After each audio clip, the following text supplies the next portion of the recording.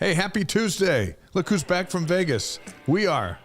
Dave McCann, Blaine Fowler, the Wise Guys, ready to roll with a blockbuster show tonight. We got back from Vegas last night after calling the West Coast Conference basketball tournament. And you know what? I like coming home. Yeah. It's fun to go and do all that stuff, but it's good to get out of Vegas and come back. Our lungs will never be the same. Every year that we go and spend that much time in the Orleans Arena, we recognize that there is so much smoke in that facility that every year we go, we do some lung damage. I've had kind of a little residual, little scratchy throat from that for being there for a week and from talking for 4 days. And who knew that the last game we would call, we did the men's games on Thursday and Friday, all the men's games, 4 of those, and women's games on Saturday and Monday. Right. But we did the women's semifinals yesterday, and you and I got to do Portland and Pacific, which was a great basketball game. Who knew Portland was going to go on and beat nationally ranked Gonzaga for 18 and win that thing? Congrats to them today. We were kind of excited for them. A new king. We're live on Facebook. We're live on YouTube. We're live on Twitch. And we're live on ysguys.com. We'd love for you to go to YouTube and subscribe. It's free.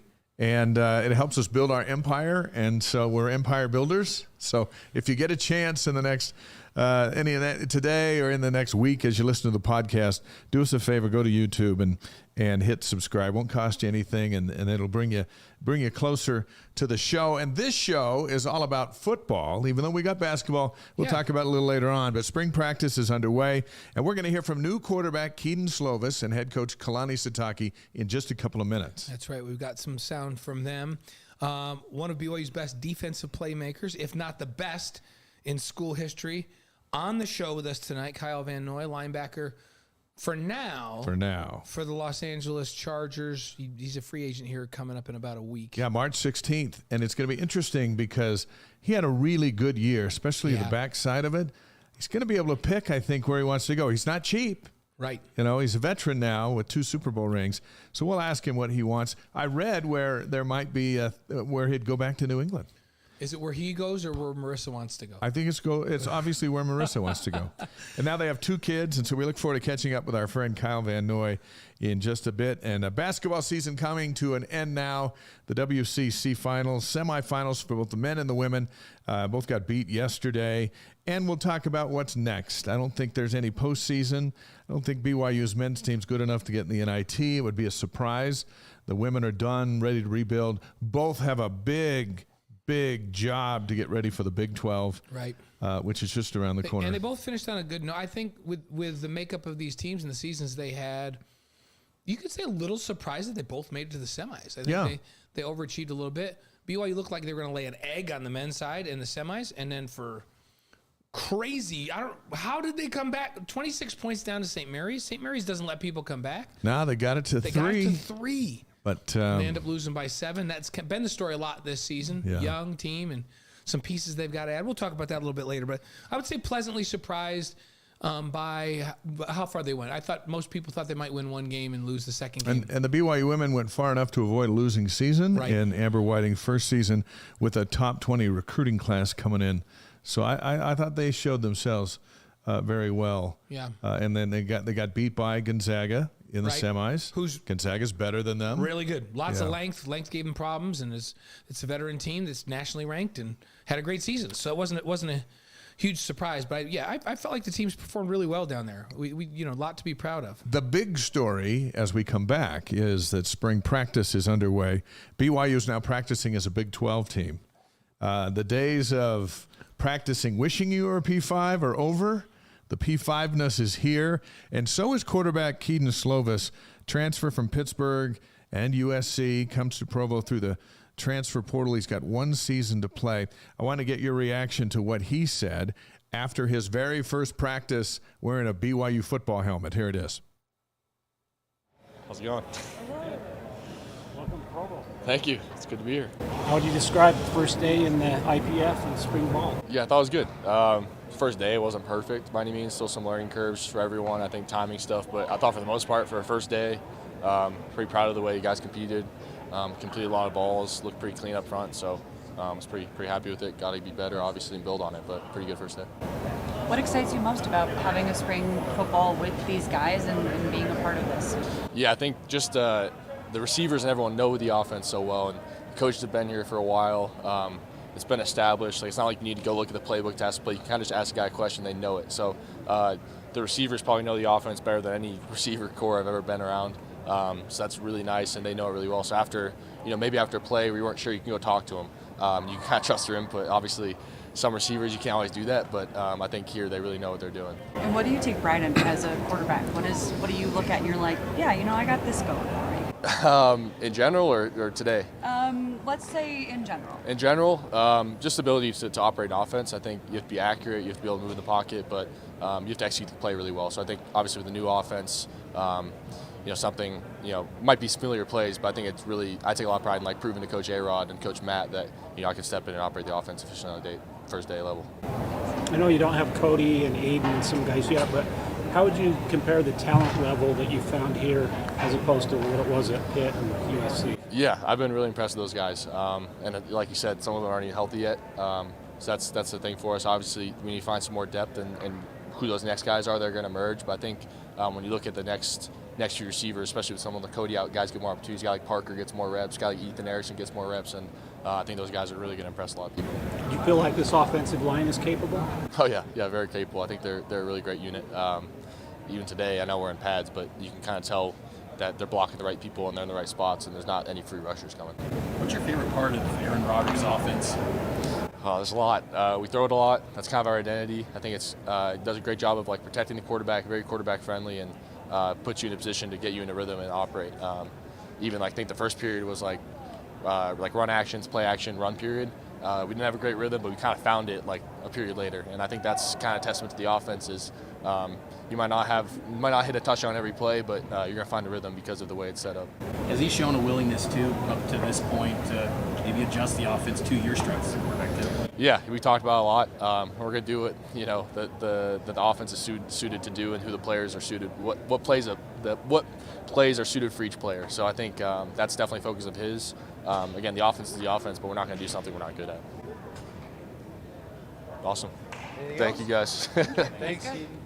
So that's Keaton Slovis, the new quarterback in town. Aaron Roderick said that as he's watching Keaton, it's like he has been here for like 5 years as far as how he's engaged in the offense and the plays. And now that he's out there running drills and in a helmet, throwing to other guys wearing blue and white, it looks real, feels real. What do you think? We knew this coming in, but and they've learned a lot about him during workout periods and player run stuff and out running routes and doing all that before they even got into spring ball.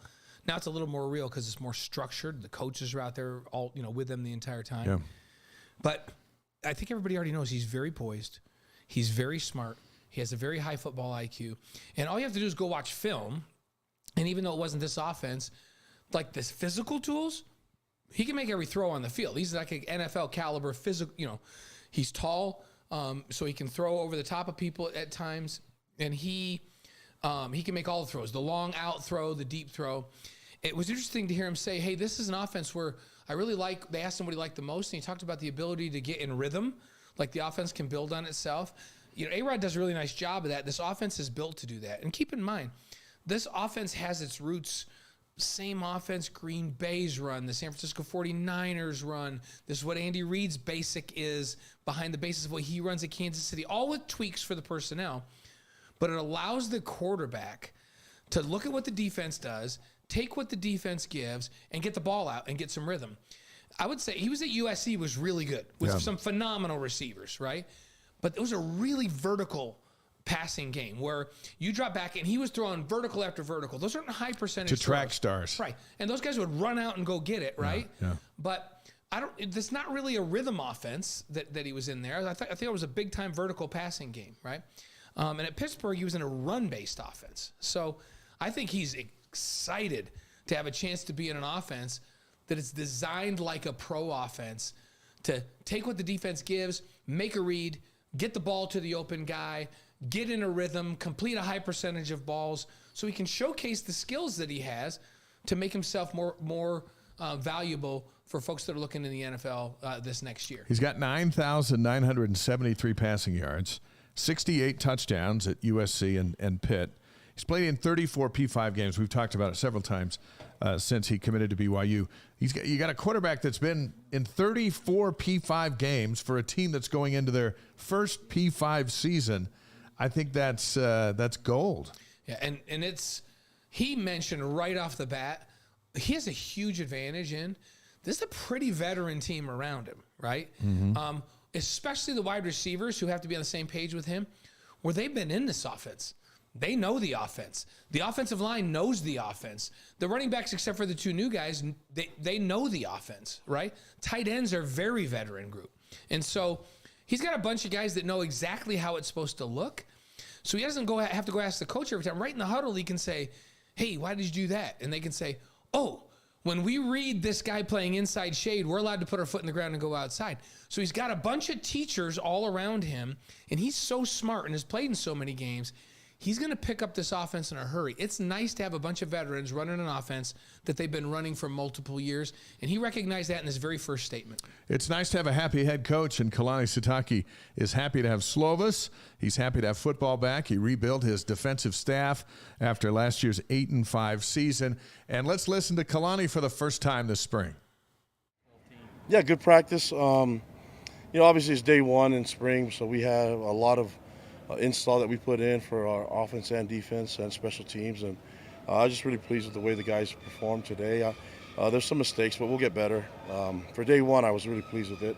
Have a lot of talent, and it's just a matter of us putting it all together in all three phases. So I was pleased with today's practice. What are some objectives you wanted to accomplish? Yeah, compete. I think we know the guys that are big players and give us production. It's just competing for positions and maybe solidifying spots, and that's in every position right now. And obviously in the kickers, we need to figure that one out too. What's the method for the defense? Jay's trying to work into what he wants to do, and what are you looking at as you watch the defensive? Yeah, it's very, very familiar to what I'm used to, and he's doing it exactly how I would do if I was running the defense. So high energy, discipline, and we're focused on trying to, basically play our base defense first and then see what else we can mix up with it. But I think he's utilizing the personnel and the talent the right way, putting guys in the right spots, and just a matter of them competing. And right now we don't have pads on, but a lot of speed on the field, and it's just a matter of us making sure that we teach them all the fundamentals and techniques, so that when the pads come on, we can really get after it, be physical, and compete for some spots. In terms of the install, is the offense ahead of the defense at this point? Yeah, I think that's normal because they've already been here and there's a lot of guys that understand where we're going at. But we have new quarterbacks that are in the system. But I think there's some things that they added that probably haven't seen before. I mean, I don't know if you guys will see it in the live stuff, but there's some things that I think that A-Rod does a great job of is using the talent and then trying to get the right guys in the field, but put the ball in their hands, So from today, it was really good. I liked it, and defensively, I thought more than anything, just having the right guys, having the right personnel in the right spots is the key. How much of this playbook has Slovis already learned the offense? Quite a bit. The quarterbacks are way further ahead than I expected. There are obviously some mistakes out there, but not by them really. I think some of the mistakes that they had were just being aggressive on some throws and trying to force it rather than take what's easier, But I think they're highly competitive. They get into the mix of things with the defense, and they want to punish them by going deep or maybe just not taking what's easy and what's there, what's given. How did Slovis look specifically? I thought it looked great. I thought all the quarterbacks looked really good. So no complaints there with the QB. There's a lot of talent in that room. When are you going to see Red Slav? All right, there's Kalani Sitaki addressing the media after the first practice. The second practice is tomorrow, Wednesday, then Friday, and then they'll be back in that kind of a rotation, and they'll go through mid-April. April 14th is the last practice. We got a couple of dates we'll talk about here in just a second. But Kalani did a lot of things in the offseason. We'll call the offseason over because we're in spring practice now. Right. But he did a lot to restore hope and optimism to the program and to the fan base by making some tough decisions. He brought in some key guys in the transfer portal with his staff, had good recruiting class, finished on a couple of high notes. And Cougar Nation, you get the feeling, is behind him 100% after an 0-4 October. It wasn't that great, but to his credit, he did what he had to do, and You go over there now, and there's a buzz. They're flying high. Yeah, and he pointed out something that we all knew, because they asked who's ahead, the offense or the defense. Well, who do you think's going to be ahead? The offense is the same offense, right? And they have we just talked about the fact that even Keaton Slovis said, I got a bunch of guys around me that know exactly what they're doing. And he's not a rookie. So he's not a brand new freshman, never played before guy trying to learn. He's a veteran quarterback learning a system. The system's a little bit different, but he's played in a bunch of games. Now, on the defensive side, there are no veterans in this defense. Not one. Yeah. Every single guy they're installing a brand new defense. Now, they've been working on it for a few weeks, but everybody's a young guy. There's nobody out there. So if you're a brand new outside backer, you can't turn to the middle backer and go, now what am I supposed to do on this one? And the middle backer might go, I don't know. I only know what I'm supposed to do right now because I'm new in this, even though the guy's been there 4 years. It's a little bit of a disadvantage. That's why you have spring ball, though, and that's why it was important for them to do this now, so that when they come back in fall camp, they have a fully, installed defense. The players have been able to work on it all summer long. They come back in the fall and they pick up where they left off, and now here you go. Now guys know what they're doing. So this is a spring where I think the offense is probably going to be a little bit ahead of the defense all spring long. Lots of new young talent on that defense, but that's going to be the state. So if you come watch the scrimmage, just know if the offense is moving the ball up and down the field, everybody's been running this offense for 5 years now, right? It's a brand new defense, and guys need to learn. Lots of intrigue. Spring scrimmage is March 31st on BYU TV. We'll be on the call for that. The alumni game, March 31st. That's later. They're just like a doubleheader. That's that night. As mentioned, final practice April 14th. Season opener is September 2nd against Sam Houston. The Big 12 opener is September 26th against Kansas. Our guest tonight was the fuel behind McQueen High School's 14-0 Nevada State Championship season back in 2008. He brought pizzazz to the BYU defense and won 2 Super Bowls with the New England Patriots. But I have never seen him happier than when he made a hole-in-one on the golf course last week and ran around like he had been in the end zone for 5 touchdowns in the Super Bowl. It's a pleasure to welcome our friend Kyle Van Noy to the Wise Guys tonight. Kyle, welcome. Hey, guys. How we doing? Really good. Great to have you with us, brother. Let's start with this hole-in-one. Walk us through what happened. It's the happiest I've ever seen you. Well, the funny thing is I almost hit one earlier that day. I got within, I want to say, a foot of the hole on one of them. And then, when I actually hit a hole-in-one on the back nine, I don't think people believed me. I think there was a setup.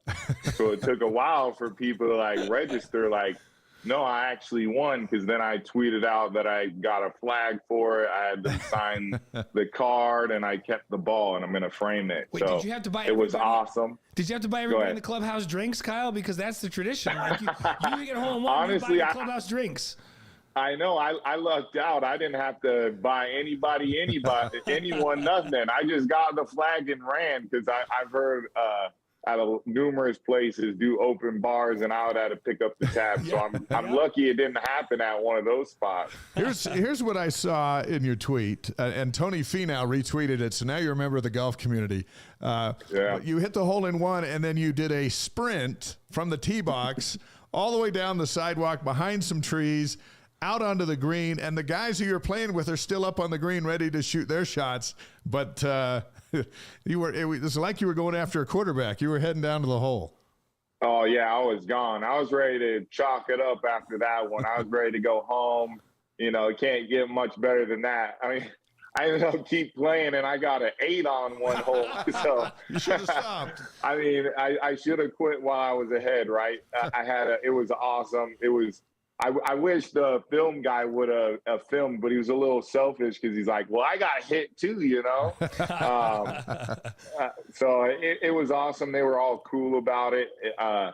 Luckily, Keenan Allen told me that was his second one he's witnessed there. He got to see Justin Herbert hit a hole-in-one on the same course. So it was pretty lucky. I got to keep golfing with Keenan. He seems to be the lucky charm. Good luck charm. What is it, Kyle, about this game of golf that attracts so many athletes from other sports, and everybody kind of falls in love with it and gets addicted to it? What's the draw to golf for everybody? I think A little bit is the competitiveness that you can have, and it's a sport that's just you, right? Where a lot of us in the NFL and other sports are team sports. We're not playing individual sports, so it's something that we got to be competitive within ourselves to get better personally and achieve greatness or scratch or whatever is past that that people want to get to. And I think that just competitiveness that I can play somebody else that is better and still keep it an even match keeps a lot of people playing golf. I just enjoy so much of the camaraderie that I have with people that I go golfing with, the relationships that I build on courses being 4 hours. I got a trip planned in the next couple weeks. I'm going up to Oregon to play. I'm really excited about it. Yeah, I'm just all in right now and trying to get better. I got an instructor this year. I'm good to go. Hey, the next time you're in Provo, you're golfing with us at Riverside. It's funny though, Kyle. I want to know if Marissa does this. So I come no, home. No. She doesn't. No, but I want to know if she asks you this. So when we go play, right? And Dave and I have like really fun playing parties. We play with Governor Herbert sometimes, and you're out there for 4 hours, right? And every time I walk in the door, Brenda says, "So you guys were out there for 4 hours. What did you guys talk about?" And I go, "Well, really nothing, hun." She goes, "You were out there for 4 hours and you talked about nothing." I go, "I don't know. We just talked about golf and stuff." She goes, "Come on, you're gonna have to give me more than that. You can't be out there for 4 hours and just talk about golf and stuff." I'm like, "Honey, you don't understand, guys. That's what we did." Do you get the same questions from Marissa? Like, what did you do out there for 4 hours? What did you talk about? No, she's ready to have me come home and hang out with the kids. Oh, it's her turn to be gone for 4 hours. No, she's awesome. I think when we're done playing, and hopefully we'll have the opportunity to join a club somewhere. She'll get into it a little bit more. I think she's gone with me once or twice.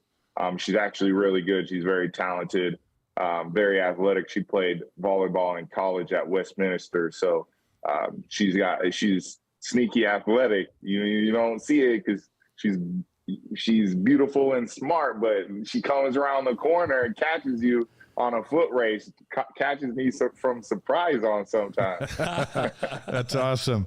Hey, here's another first for you in 2023, your debut as an analyst on NFL Network leading up to the Super Bowl. How much fun was that? Oh, man, it's something I really enjoy. I believe that's going to be what I'm going to do in the next chapter as my career ends down. I still got a lot of juice in the tank, though, so I just want to get my feet under me when it comes to being an analyst and get comfortable. And a lot of people have mentioned that I should do it, and I'm going to keep continuing that. But I'm going to keep my options open. I've also, I have people that want me to coach in the NFL that I've played for, as well as maybe be a GM one day. So I'm not closing the door on anything. I'm keeping my options open, but I really do love the TV analyst work. You're still part of a team.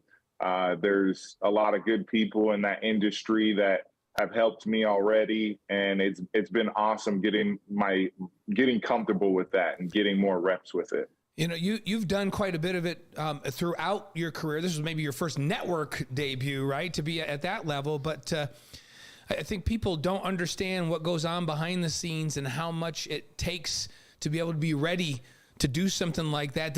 Doing it at this level, that give you even more appreciation for what's behind the scenes on all these broadcasts? Yeah, it does. It gives me appreciation of you two, because you guys have been awesome for Brigham for so long, and for your guys' news networks that you guys have worked for. It also gives me appreciation for Greg Wrubell too, the voice, because he always comes up with good sayings. Like, man, I need to come up with some good sayings. The one that I love, I'm gonna make my head a little bit bigger right now. As he always said, when I made a play, KVN does it again. Yeah. I think that was really cool.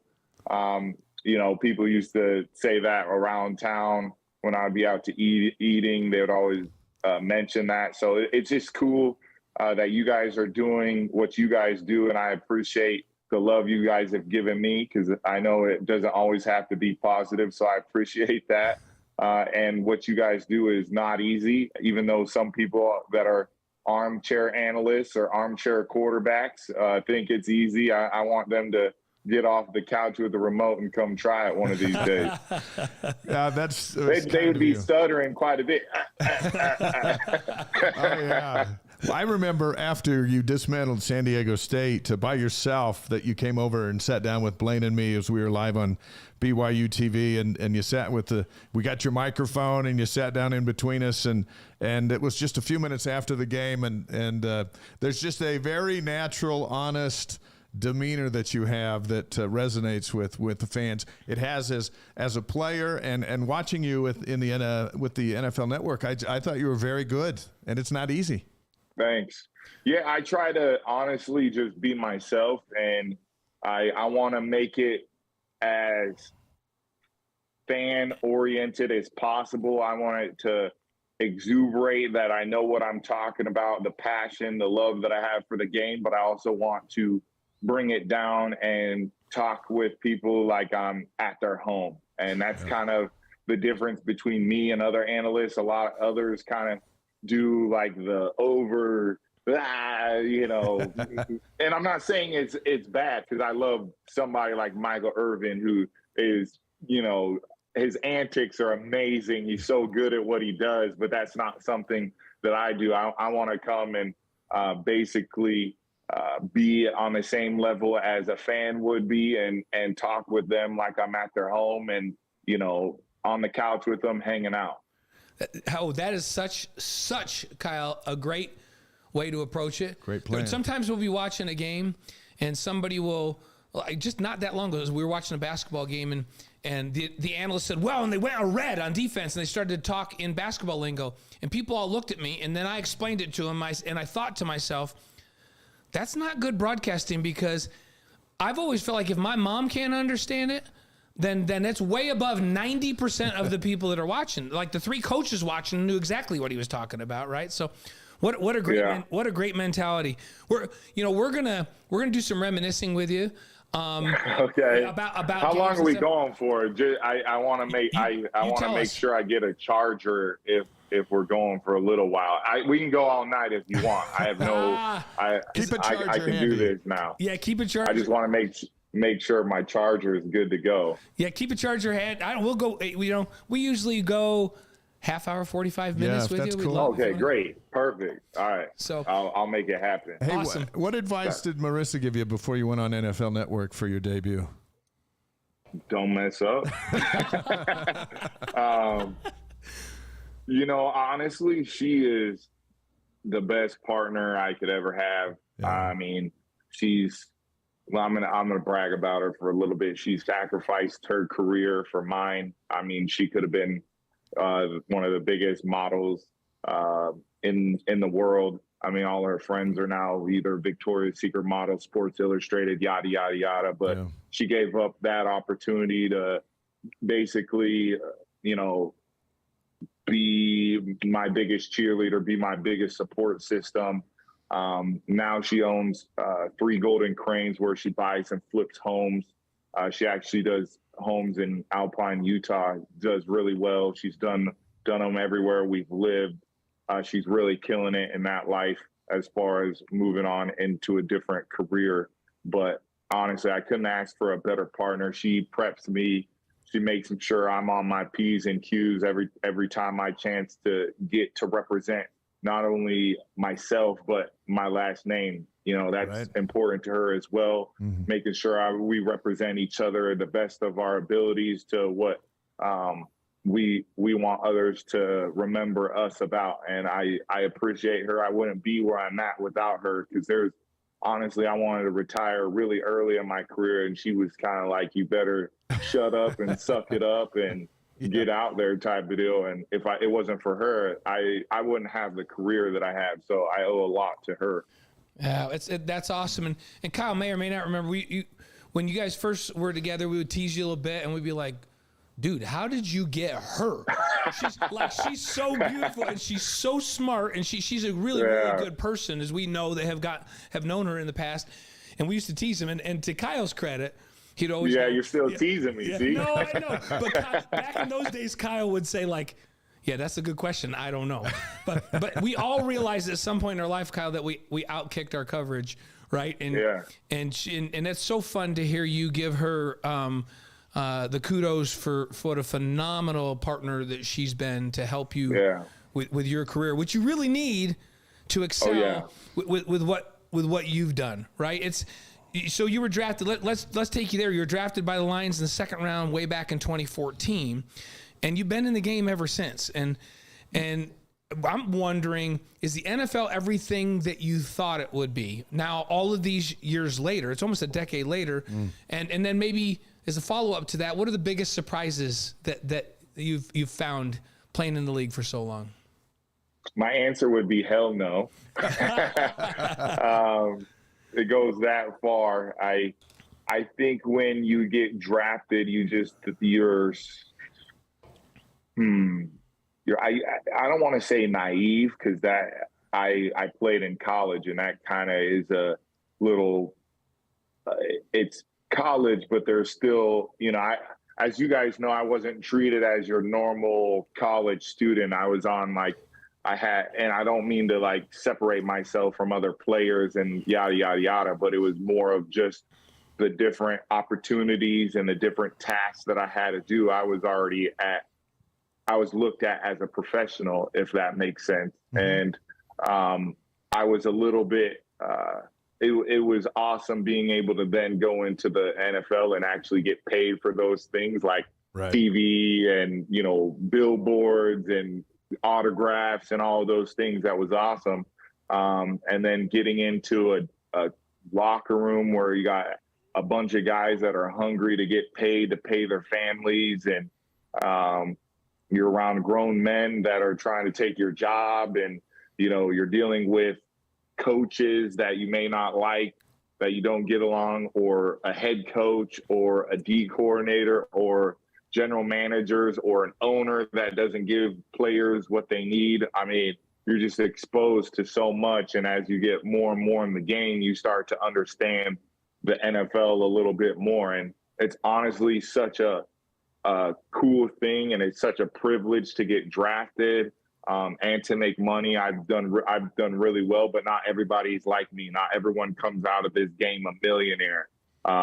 Not everyone becomes a millionaire once they get drafted. And I think that's kind of the big misconception about it, is not everybody has great stories. There's a lot of bad stories out there that don't get talked about. And I'm one of the few that do have a great story, and I'll be able to tell that for the rest of my life. And mine's still going on, which is awesome. There's not many people that are going to be able to say they played 10 years in the NFL. I mean, I literally went through a decade of different football and transformed my game of what it was to where it is now. I mean, I couldn't be more blessed to be in the opportunity that I have now. Am I bitter towards some situations? Of course. Have I gotten the short end of the stick in some situation? Yes. Have I gotten the big stick in some? Yes. But the one thing that I can always hang my hat on through this whole process is discipline. And I would say that's been the biggest thing for me, is the discipline to take each year and try to get better in whatever it is I can. And, we can go from the top. I started in Detroit, got drafted 40th overall. They actually traded up to get me.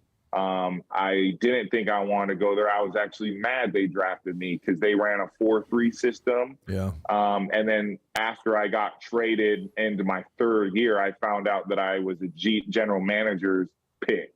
So that means that the D coordinator didn't like me, but the head coach did. And they loved me so much that they wanted to trade up to get me, and basically told the DC, get him on the field. And he tried everything to not get me on the field. Plus, I had a couple of injuries on the way, so that made it a little rough start. if you guys have questions, go on. Oh, yeah, we do. Let me jump in with this football question because we're going to tackle the Patriots and Super Bowl here in just a bit. But since joining the league, you and Marissa have added 2 children to your family, Trey and Giovanna. How have they influenced the way that you view the game of football? Ooh, that's a good question. That it's not everything. It used to be everything to me, right? It still means a lot to me, but my family means more. It used to be, first it used to be football, faith, and family. Now it's family, football, faith. And it's changed a lot. And my whole schedule revolves around them. When I work out, I was just talking to my wife about this earlier. It's just, that's crazy because I used to wake up and it was just like bam, bam, bam. Now it's like, wake up, we got the kids, make sure they're good, make sure wifey's good. And then, all right, let's get on with what we need to get on. That's great. I remember when we talked to you, and Dave did an interview with you in California just ahead of the 2014 draft. You talked about how much your parents, Kelly and Lane, have meant to you. We remember that you said your mom's advice has always been right. How much have they enjoyed 2 things? You bringing grandkids to the family for them, and bring the NFL for 9 years now, going on 10 years into the family as well. Two things that you brought to this family: grandkids and the NFL. How's your mom felt about all that? Yeah, I think my mom's super proud. My dad actually works at BYU, which is crazy. I didn't think that would ever happen, but he loves it. He works there. He's doing good. I think he does that's bad. I should know what he does, but I'm pretty sure he works the women's basketball games and the soccer games and whatnot. And he loves it and he does great at it. And I think it's been different this year because I've been on the West Coast, a lot of East Coast living for the 8 season. So they got to see me play. But this year, they came out to, I want to say 7 games. Oh, so great. I think it was so awesome to have them an hour flight to come to almost every game and just experience the whole thing and hang out with the family too. And, it's awesome. And sometimes they forget that it's work for me and vacation for them, but they're so supportive. They've been awesome through this whole, my whole decade almost of being in the NFL. They've been very supportive, and I don't think they could be very much more proud than they already are of me. Isn't it interesting how our parents replace us with the grandkids the second they show up? Like, we think we're all, contributors to family and all that. Once a grandkids come in the house, that's it. That's okay. That is totally fine with me. It takes the pressure off me answering all the questions and giving it to them, right? They need the spotlight. Trey and G are a handful, that's for sure. That's awesome. You were telling us a little bit about, and we want to get into this last season too, but that transition didn't have a great experience. When you were just telling that experience, I didn't realize that it was that way for you at Detroit. I knew that there's some struggles. It sounds almost like the exact same. It was awful. It sounds Jason Buck's experience. He gets drafted by the Bengals, and the defensive line coach hated his guts. Belittled him, didn't want to put him on the field. And it wasn't until Jason got traded to the Redskins, and they loved him there because the position coach wanted him. Then he thrived and played in Super Bowls. Did that same transition happen for you when you went from the Lions to the Patriots? Yeah. I kind of battled through a little depression there, right? You see one of your best friends in college that you taught how to play football, and Ziggy Ansah, right? Yeah. And he's the franchise player. And you come in and you're like, I taught this kid how to play. Like, I know how to play. Like, and I can't even get on the field. Like, we switched roles, right? A little bit, right? I used to be the franchise player at BYU, and he kind of sat out for a little bit, but then he got an opportunity and thrived.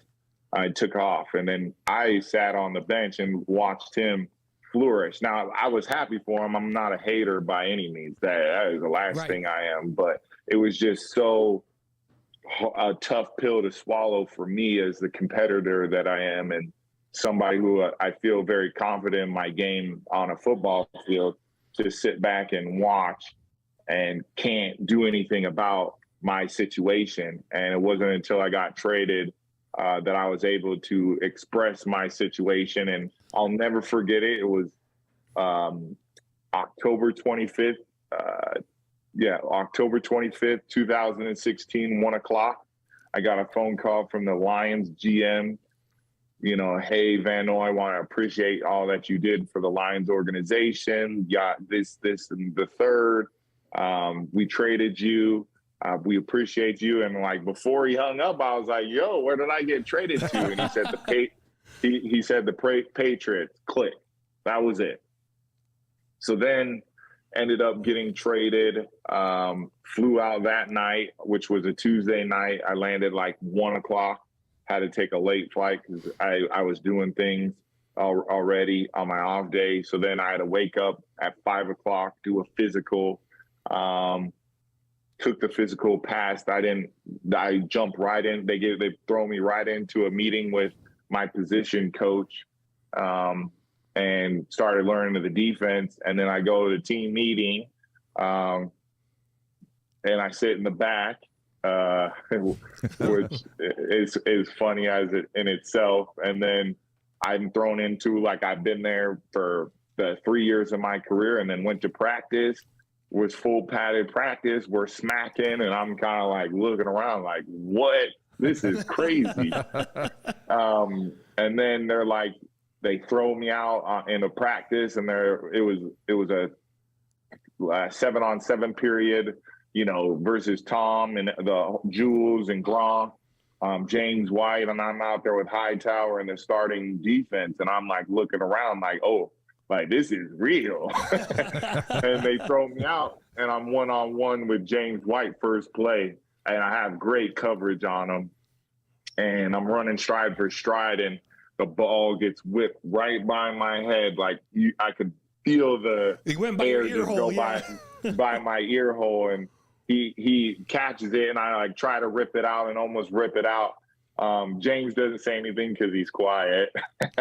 And I'm like, yo, how the blah, blah, blah did he get that? And then I turned back, and Tom's like smiling, like nodding, like, yeah, you're playing with the GOAT now. And it was so awesome to like have that competitiveness right away. Like I thrive in that. And then ended up at the end of practice, I ended up picking Jimmy G and like threw him back the ball. And that's kind of when I started getting the respect of the guys. And then ended up being an all-decade linebacker there, and the rest is history with 2 Super Bowl wins. Were you? We'll talk about those Super Bowls in a bit. Were you nervous to meet Bill Belichick, the master of the game? I forgot that in the story. So I didn't meet him until the middle of practice. Like he in punt practice, he's like twirling his whistle like he always does, and he was like, "Yo, Van Noy," and he like waves me over, and he's like, "Man," he's like, "Let me tell you something." As he's twirling his whistle, he's like, "I always get my guys." He's like, "You've been one of my guys since you came out of college, and I'm sorry I couldn't get you in the draft, but I got you. And no, I want you to be successful." And just that, after everything I just went through, to have the greatest coach, one of the greatest defensive minds to ever give to play or coach in football, to give me that confidence and still that right away.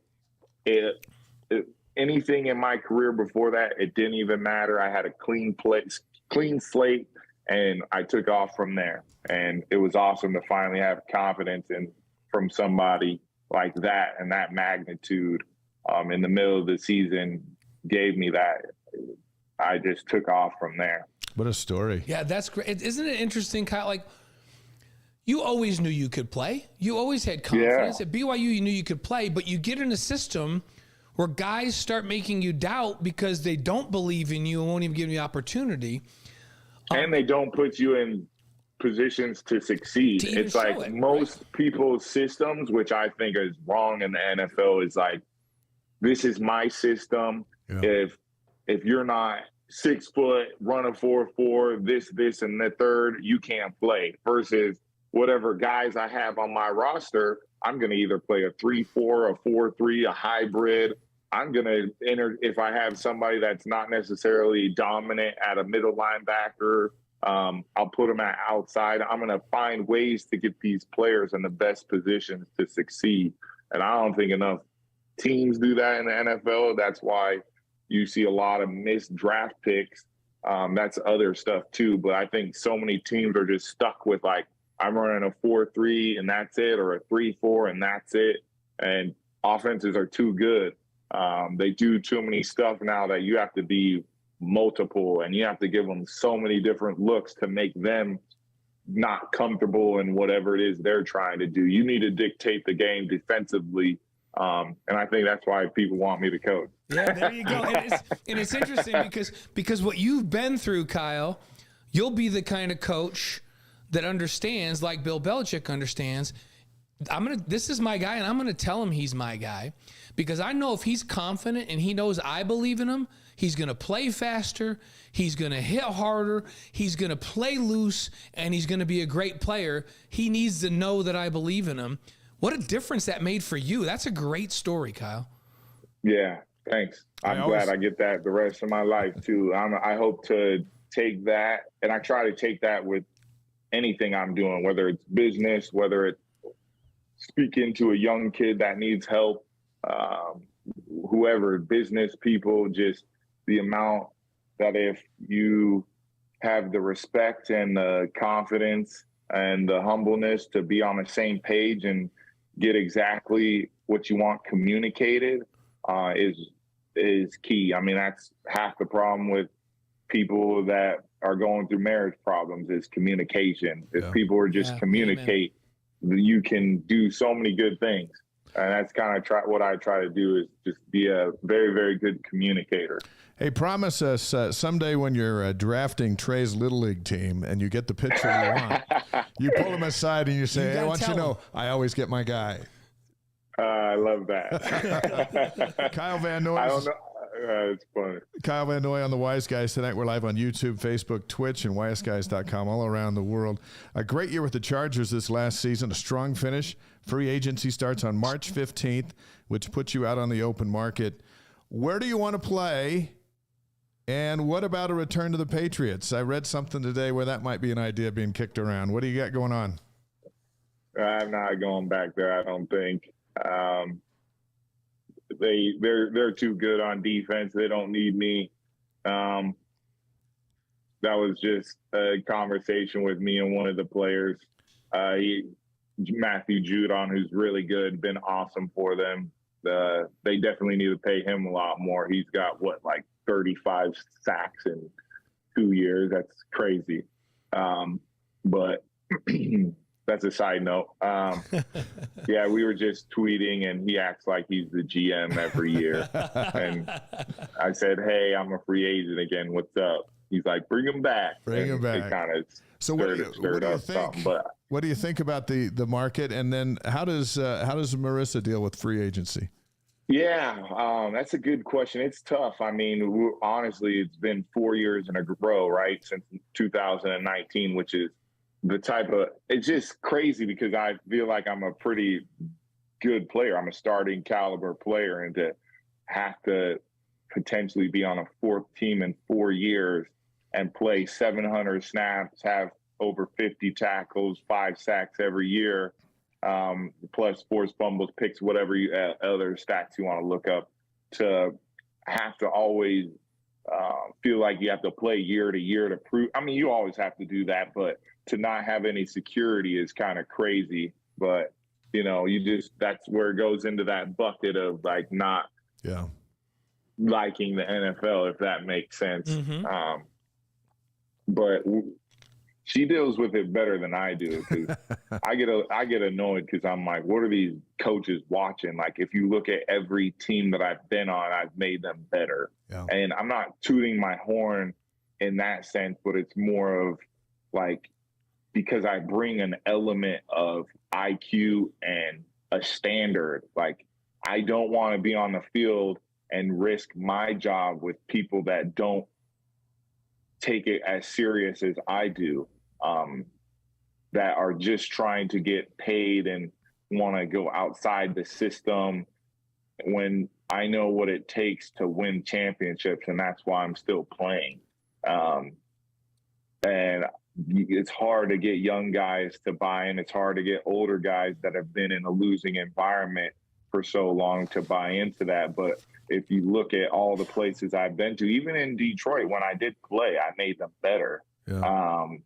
It's just something I've always have done since I was in Little League. It didn't matter where team I played for, I always made them better, and I hang my hat on that. I mean, the Chargers defense the year before was atrocious, and then we were better this year. We were atrocious in one category, but we were a lot better overall. And I feel like I was a big factor to that. Since Joey Bosa was out, I was able to step into his spot and provide a spark. Well, you certainly, when you were saying all that, when you said I make it every team I'm on better defensively, I just want to just scream out fact. Yeah. Like, that's not an opinion, that's a fact, right? Yeah. So what? Certainly you'll find a team, and I know you leave a lot of that up to your agent. But have you had conversations? I think you're going for a Charger, right, Kyle? Yeah, I'm trying to turn on the light. Sorry, I'm trying to. No worries. Yeah, I can still hear you. Yeah, are there any irons in the fire? Were there some opportunities, or can you not really talk about it until those things are solidified a little bit more? No, I'm open to talk about it. I mean, it's more of like, what's the best situation for my family now? Like, I would leave to go back to Chargers. I got to do businesses being teams that have shown interest. I won't say who they are, but they all have been Super Bowl they're all Super Bowl contenders. Nice. Which is awesome. And it's exciting, but at the end of the day, like, what's that number look like? We can sit here and talk about being interested and you liking me, but until I see a number, you got to show me you love me type of deal. Right. Yeah, we've moved on. We're way past the slap on the helmet. Now it's here's how much you mean to us and what we'll pay. And the fact that you're a veteran does make you expensive, and the fact that you're a successful player makes you expensive. But and it works. Yeah, but they also they claim, oh, you're 32, blah blah blah. You know. And it's like, oh, you got to look at the stats and look at the production. They're still the same. Only in your world, only in the sports world is 32. Like, oh, you're 32. Like, that's old. Yeah. Like, I always say I'm experienced. That's right. That's right. Yeah. It is experience. Well, we look forward to that process because the Chargers were better when you were on the field, and we noticed it because we watched you play and you and Michael Davis and pulled for you guys all season. And so man, I'm so proud of him. Let's talk about him just for a sec. Right. His growth and maturity as a human, I mean, I can't say enough. Being around him this last year has made me so happy, so proud, because I've been on his case forever just to always get better, right? I still shoot him texts like, save your money, or, you better be in the gym, just little stuff like that. And to see him and watch him battle, because they tried to bench him this year, and then eventually an injury happened and he ended up getting back on the field and then was the cornerback number 1 for us. He was the best corner overall the entire season and set himself up to get an extension right now. Is amazing. So happy for him and his success, and for his mom and his family. Like, he's such a good dude. He works so hard. He stays out of trouble. He stays quiet, flies under the radar, and he deserves the world. Awesome. He's quite a player. Every time he plays great for another season, it vindicates me a little bit, Kyle, because back when he was at BYU, I made a comment on the air on one of our TV shows, and I said, Michael Davis, I said, from a physical skill set, he's as good as anybody Alabama has. I said, he is fast, he's physical, he can cover, he's got great hips. I'm telling you, he's as good and as talented as anybody that Alabama has. And another former player on Twitter called me out and said, that's it. Blaine's gone to drugs. He's been smoking dope. He doesn't know what he's talking about. That kid's not any good. So when he was starting, I didn't even have to get after this guy. I'm not going to name his name. Everybody else is like, remember when you called? No, you can name his name. Come on, this is what it's all about. This is how you get your views up. This is how we create a little drama. Okay, you gotta call him out. Derek Stevenson. There you go. Derek Stevenson. Stevenson. Come on, Derek. Good old Derek Stevenson will say what he needs to say. He said I was on drugs, and which whether that's true or not doesn't matter. I was right about Michael, and I had just said, Michael plays in a zone-based system at BYU right now, but he's going to get picked up by an NFL team that lets him play in a primarily man-based system, and he's as good as a man guy as there is. And nobody believed me, but I saw that in him, and it just puts a smile on my face every time I watch a game and he's out there, because I know how hard he's worked to get to there, and it's great to see him out there. And you've been a great mentor to him and like a big brother to him, so it's really cool. Yeah, really cool. Kyle Van Noy's on the Wise Guys during his time at BYU, 2010 to 2013, started 36 games. 62 tackles for loss, 26 sacks, 7 interceptions. A lot of those were called by us, which was a lot of fun for us. So Kyle, BYU kicked off spring practice this week ahead of the Big 12. Think back, what did you enjoy the most about spring practice? Not playing. That's the truth right there. I said truth before. I'm going to say it right now. That's funny. I did all spring, I think, except one. I didn't do my junior year because I had surgery, but I always took it as a chance to get better in the pass game, like understanding zone, understanding, where I can take chances, reading the quarterback's eyes better, moving with the quarterback, because it's 7-on-7 at the end of the day. And then I still try to do that when I play off the ball, is just getting the best break and, trying to get myself tired in spring ball so that it makes it harder and more game-like in spring, that you have to focus that much more during those 7-on-7 and team periods. And now that BYU, they played their last game in Independence, which is crazy to think of. They're officially in football, getting ready to play their first Big 12 schedule. What does that mean? And there's a lot more Big 12 players in the National Football League than there were from the Mountain West or the WAC. A little more rivalry in the locker room, maybe for you. What's your thought on BYU moving into the Big 12? Well, first of all, they need to. I might get in trouble for this. Take some of that money they have saved up in the church and put it into the NIL department. We've had the NIL guys on here. They're working on it. They're working on it. I know. They have it. I think there's people higher ups being stingy. That's what I think. I think they need to give the players what they deserve. If you want to compete and not get embarrassed, you need to pay for those players. And it's the only way to do it, and they should. Kalani deserves it. He's been a heck of a coach when he's had talented players. Yeah. When he has the talent, he can coach. When you don't have the talent, you're going to see what you have like last year a little bit. Now, they got better, and they were talented in some areas, but you need talent at every level, and you need to have talent 1 and number 2 deep of guys. And yeah, that's what I think. They need to pay for what they get. You can't rely on just getting that 2-star, 3-star type of dude to think they're going to pan out, especially with the speed those teams have. Yeah, that's what I think. Who was it, Dave, that was with us? You like this saying, Kyle, because you were talking about sayings for broadcasters, but this was a coach that said, "Oh, everybody talks about coaching. It's pretty simple. Coaching isn't about X's and O's. It's about Jacobs and Joes." It was. Who said that? He says it's about the guys. Like, you're a really good coach when you got dudes, you're good. When you don't have dudes, you're not good. It was the pastor. It was the good pastor. That's right, Dewey Gray, Derwin Gray, Pastor Gray, who was a star here and played with the Colts for 4 seasons, and is a pastor of a big church back in the East Coast now. He said that. He's like, guys, everybody needs to realize it's not about X's and O's. It's about Jacobs and Joes. And I like that. That's a great saying. Yeah. Forecast, let's say Trey's going to play football. Forecast what the game might even look like, because we're now getting into NIL. Yeah, we're now getting into NIL and the transfer portal, and that's had an impact on today's game.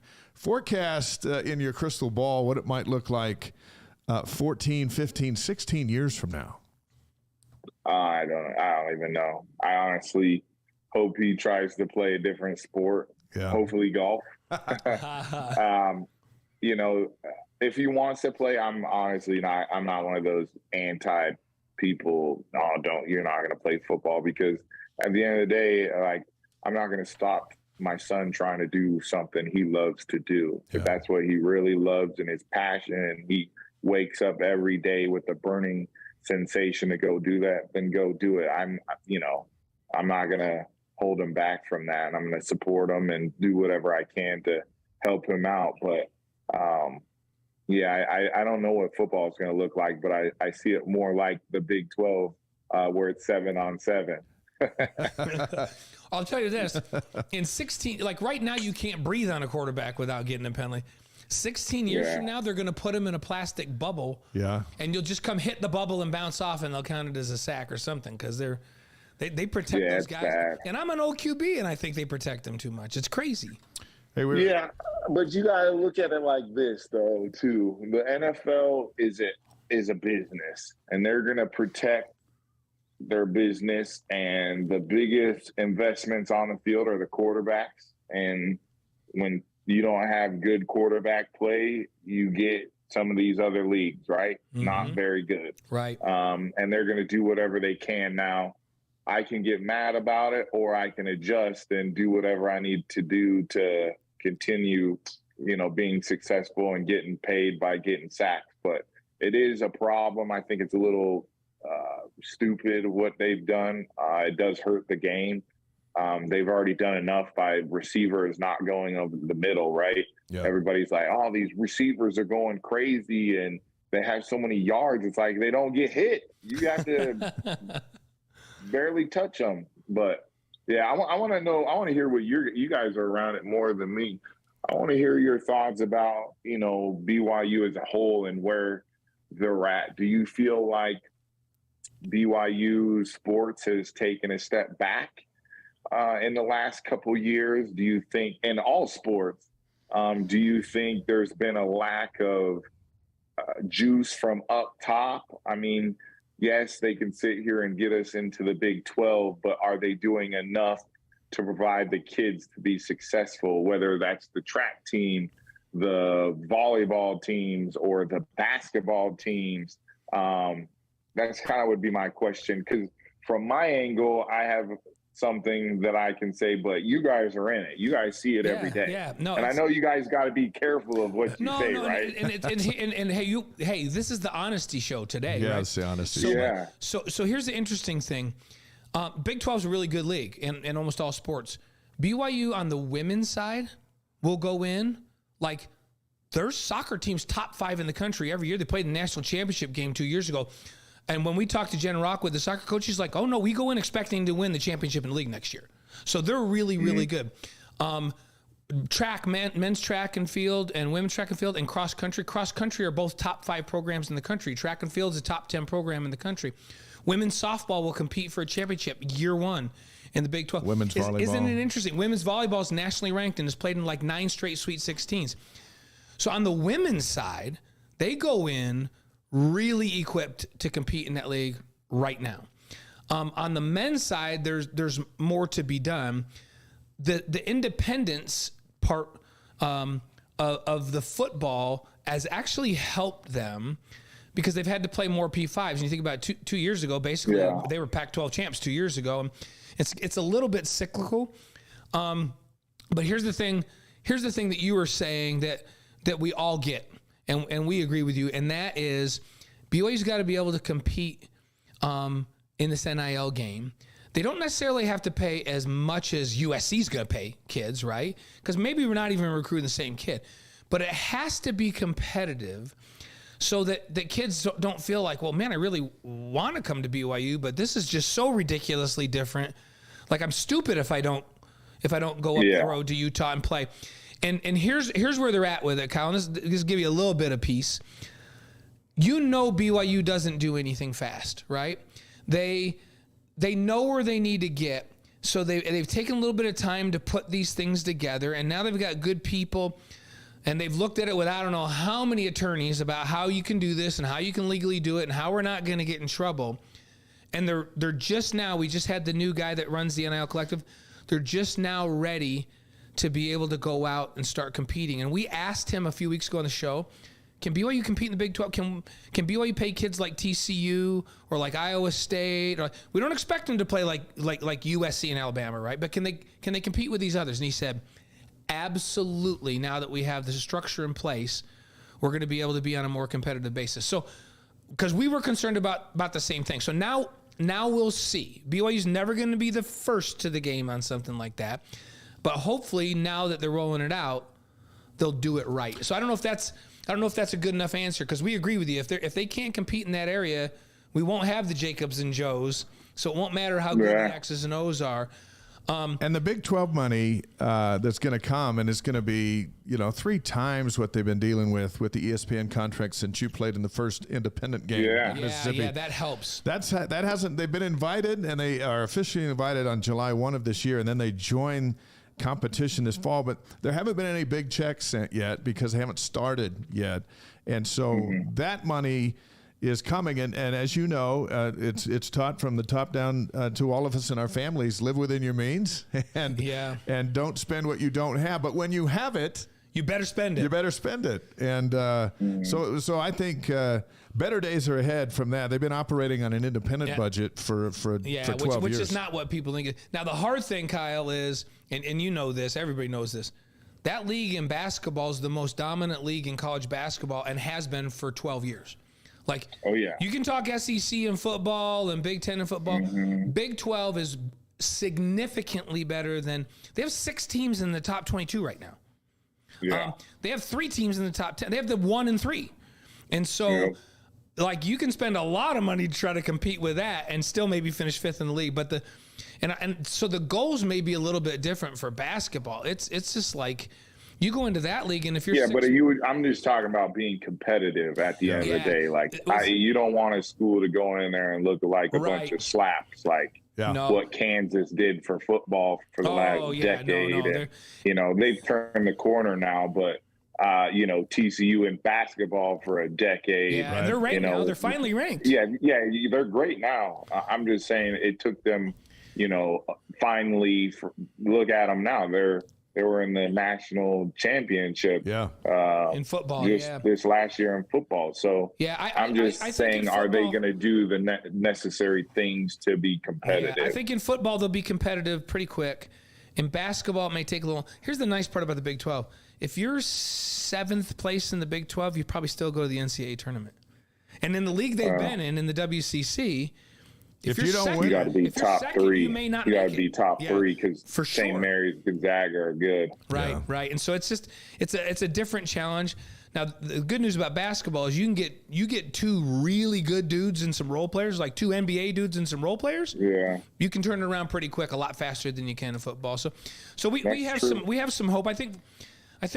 Football, we've been talking about a really nice goal for them this next year is to be bowl eligible and win 7 games as an over-under. Pretty good. And we think that they can do that. If they can do that, fans are going to have to get used to the first couple years not winning 10 or 11 games, right? But give them 3 years with the money and the NIL deals, be able to get those out there and to get more of the top kids. And I think within 2 or 3 years they can be competitive in that league in football. And that's what the dollars come in for, is for football. So hey, let's do some memory lane stuff since you told us we could stay here all night. So before we do, one of the live streamers in our shows all over the place tonight, and the podcast will be out tomorrow. Please ask Kyle why he says Brigham instead of Brigham Young or BYU or Cougars or McQueen or any of those other things when you're being introduced. This next season, I was actually thinking about doing my high school. Yeah. I got another question, but I'll ask it at the end. I was going to do McQueen this next season, but I've always said Brigham. There's lots of reason. I think I don't want to get dicey, all right? But I'll just say it sounds cooler. There you go. It sounds cooler. There's the political answer. Yeah, I love it. That's fine. That's all good. So, hey, let's talk about a few games. We want to talk about some BYU games that were memorable for us, probably memorable for you too. And we're taking you all the way back to September 3rd, 2012. It's BYU's first game in Independence. And it's late in the game at Ole Miss, which is a historic program in the SEC. You cause a fumble, you scoop it up, and you dive into the end zone, and you guys win that game 14-13. Do you remember that one, and what was that like? That was awesome. That one meant a lot because of the off-season work that I did. I think I was about 220 my freshman year. And then I was probably around 235. So I put on 15 pounds. And just a lot of off-season work that went on, double days by myself, a lot of training with K-pop. That's why I'm such a big fan. He took so much independent time with me to get me ready and prep me. And I think I couldn't believe it was 3rd and 21 and they tried to block me with the tight end. That was crazy. But a little nugget, though, is Jamison Frazier did a really good job of going up and under. And then I ran the hoop. I think it was a design play to get the QB to think he could take the edge and I would be running around. And then luckily Ethan missed the ball, scoop and score. Thank you, Ethan. And then I picked it up and scored and then pranced around like a little girl in the end zone doing ballerina dances, and then ended up winning the game. And it was awesome. It was really cool to start it off that way. And we had such an amazing turnout with fans. So it was awesome to see a bunch of shocked people down in Mississippi. Later that year, the Poinsettia Bowl against San Diego State, you block a punt, you get a strip sack, and a fumble recovery for a touchdown. A few minutes later, you return an interception for a touchdown. We were there with you. Was that the best of Kyle Van Noy? Was that sequence just the best? Yeah, that was pretty stupid, right? I mean, honestly, to me, I was actually on Coach Mendenhall's show the other day. Can't believe he's doing a show and speaking, right? Wow.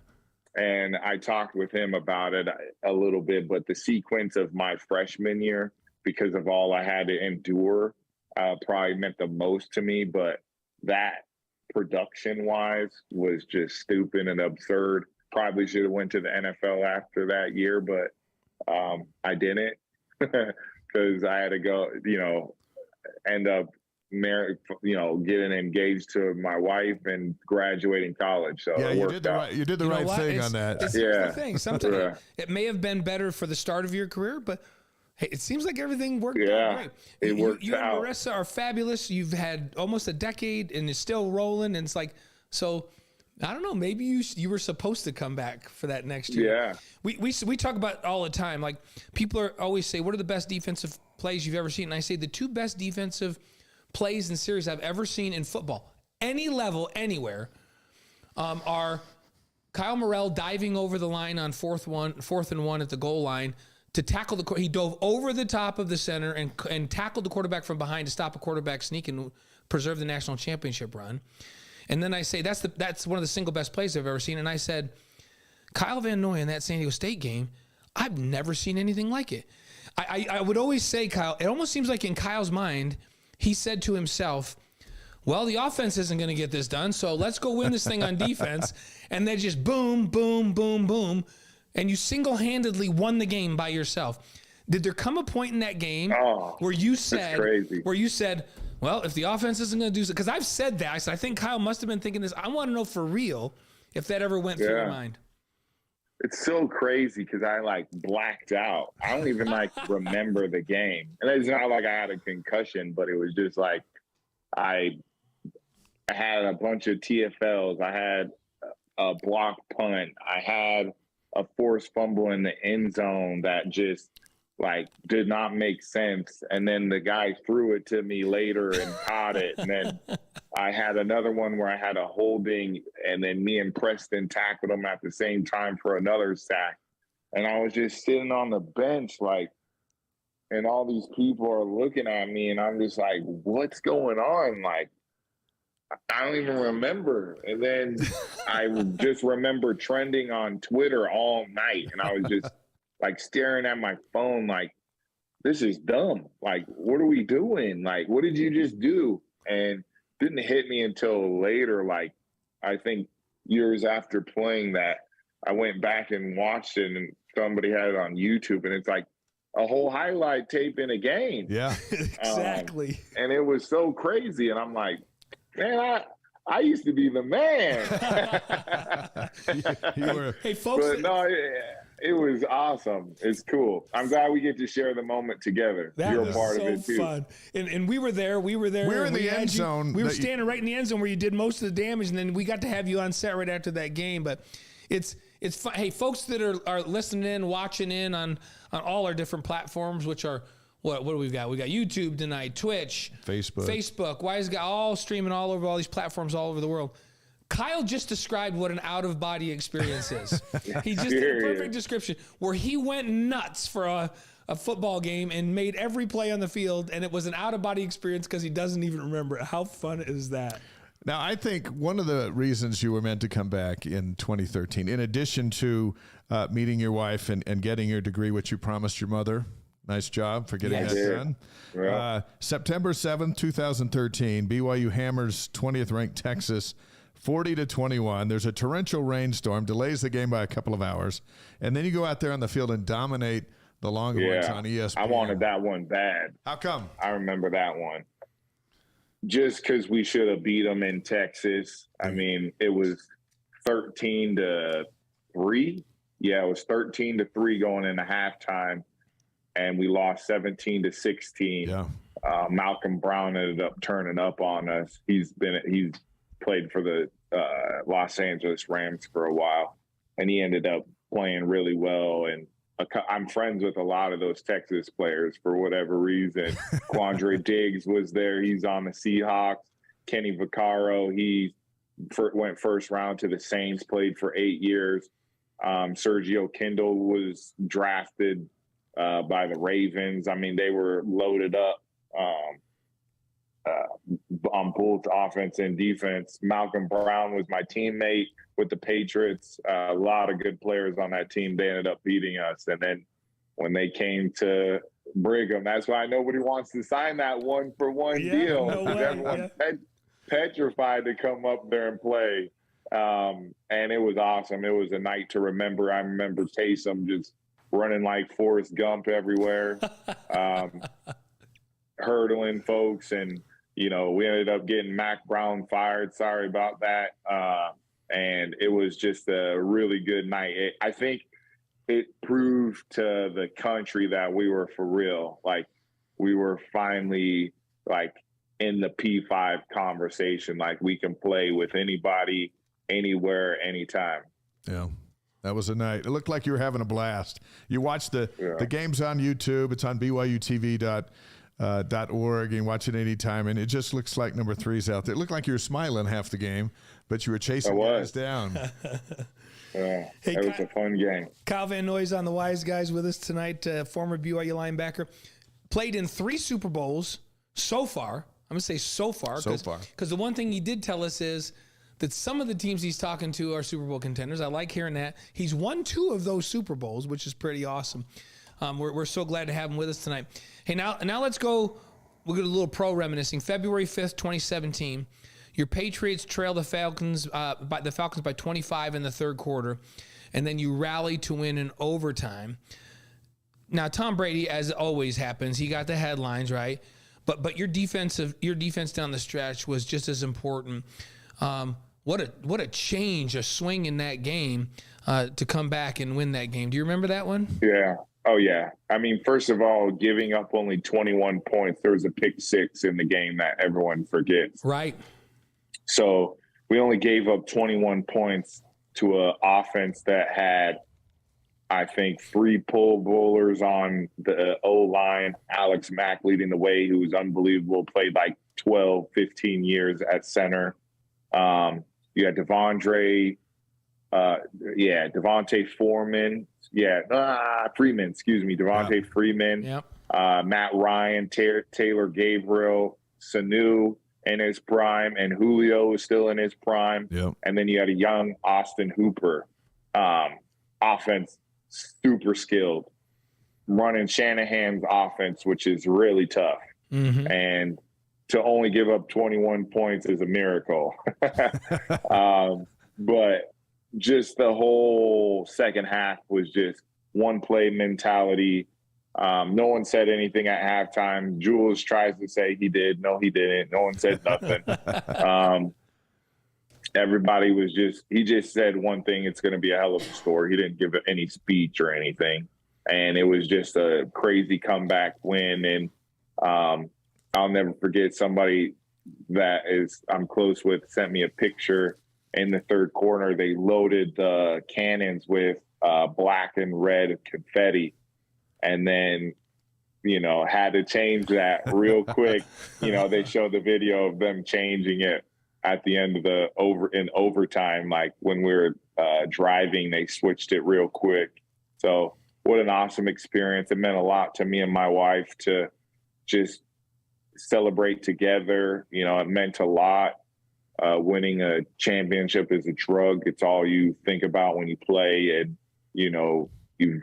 you've secured the bag. It's all you want. It's unbelievable that a bunch of grown men chase these diamonds, right? This diamond trophy. But it means a lot, and it is awesome. It's an amazing euphoria that you get from it, and it is a trip, and it changes your life, and it changes your whole family's life. And it was awesome to get a speech like that from Tom Brady. When you win, it literally changes your whole life, good or bad. What's the nicest thing Tom Brady ever said to you? I don't think it's the nicest. The coolest thing he's done is bought dinner for me without me knowing. Oh, yeah? Yeah. Waitress comes up and is like, "Hey, you're all taken care of." And I'm like, "Who paid for it?" And they're like, "Tom." And I'm like, "Where the hell is he at?" And he's in this private room in the back. So I pop my head in there like, "Man, what you doing?" Like, "I worked hard. You showed me up in front of my wife." But no, he's an amazing dude. He's like an older brother. And honestly, it's just awesome to be part of his journey and help him achieve what he's wanted to achieve, which is 7 Super Bowls. I mean, it's awesome to be a part of that. Amazing. You gave us a little bit of insight into Bill Belichick, who, when you got there, told you you've been one of his guys ever since you came out of college. We see him on TV, and he always looks like he's grumpy, and his short answers with everybody in the media. Is he misunderstood by everybody that just watches him on TV? Is he really that way, or is he? I think that's his persona he has, and it's awesome. He's kept it up this long. He's actually awesome. Players coach behind closed doors, very sarcastic. So that's why I think I like him so much. Is his joking is like mine, and his IQ level of football, being able to sit and chat ball with him, and then his problem solving is what makes him different. That's why he's so elite, is his problem solving skills are, nobody can compete. I would say the next person that would be Andy Reid. Oh yeah. Those two battle it out. It's awesome. Yep. We love Andy. Andy's one of my really, really good friends that coached when I was playing. So at BYU, at Brigham. Right? At Brigham. Yeah, Brigham. He was a quarterbacks coach GA with Mike Holmgren at Brigham when I was there playing quarterback. So I love Andy. He's my guy. Two more questions, and we'll hit you up with 5 quickies, and we'll get you out of here. We sure appreciate the time with the great Kyle Van Noy. Awesome, Kyle. Thanks for spending so much time with us. Yeah. Eagles beat you in the Super Bowl in 2018, but you're back in the big game. The next year, you hold the high-powered Rams to a Super Bowl record 3 points. So never mind the 21 the Falcons got. You held the Rams to a field goal. You had 5 tackles and a sack in that. What was the difference? Was the joy the same with your second Super Bowl ring? Yes, it was, because we weren't supposed to beat the Chiefs. We went into Arrowhead Stadium. No one thought we could win. We ended up throwing a no-hitter against Mahomes, and then they scored 35 points in the second half, which is stupid. But it's hard to slow down that many good players. I mean, they had so many. You have Tyreek Hill, Travis Kelce, your third receivers, Sammy Watkins, Damian Williams is your running back, who's stupid fast. And then Pat Mahomes, he's unbelievable right now. I mean, his confidence is through the roof now. He just won another one. And he's getting better in the pocket and reading coverages, and he's a problem. And now he's got a good old line protecting him. That's I think what you see, what they've done there. They got actually a former teammate of mine, Joe Tooney, who showed up as the veteran, and then they drafted a rookie center who turned into a Pro Bowl All-Pro, and then a guard that's really good. Then they traded for Orlando Brown, and then Wiley ended up panning out at right tackle, and he played at guard, and he wasn't very good, so good for him. And they're just clicking right now. Really good team. And then when you have a coach like Andy Reid dialing up, especially some of the plays you saw in the Super Bowl where, he knows how to attack people, man. It's you got to be ready. You got to have. I tell people you got to have 3 different game plans with that man. You got to switch it up, and you got to have everybody be on their P's and Q's, and you just got to be locked in for 4 quarters. It's tough. So that the best part about that season was the upset in the. Yeah, I mean, I didn't even talk about the Super Bowl. Sorry, the Super Bowl. Well, here's the thing, because that AFC Championship game, you're right. Everybody's like, well, this is the Super Bowl. It was. Right? Yeah, it really was. And then the Super Bowl was tough. I mean, we were glad that the Saints lost, right? They were rolling. Yeah. Kamara was unbelievable. Drew was clicking. You had Michael Thomas. They were balling that year. The Rams got that call, appreciate it, refs. And then we were confident against them. We switched. We knew that McVay was talking to Goff. You have 15 seconds in the green dot. And so we found out that he was talking to Goff the full time. Like, they were going, hurry up and getting to the line. And then McVay was literally playing quarterback in his ear. Oh, my goodness. And that's what he was that's what he was doing to Baker Mayfield when they beat the Raiders. Like, people were like, well, how did that happen? Well, he's in his ear for 15 seconds, like, calling hurry up and then telling him where to go with the ball, because he's reading if it's man or zone, because he's on the sideline.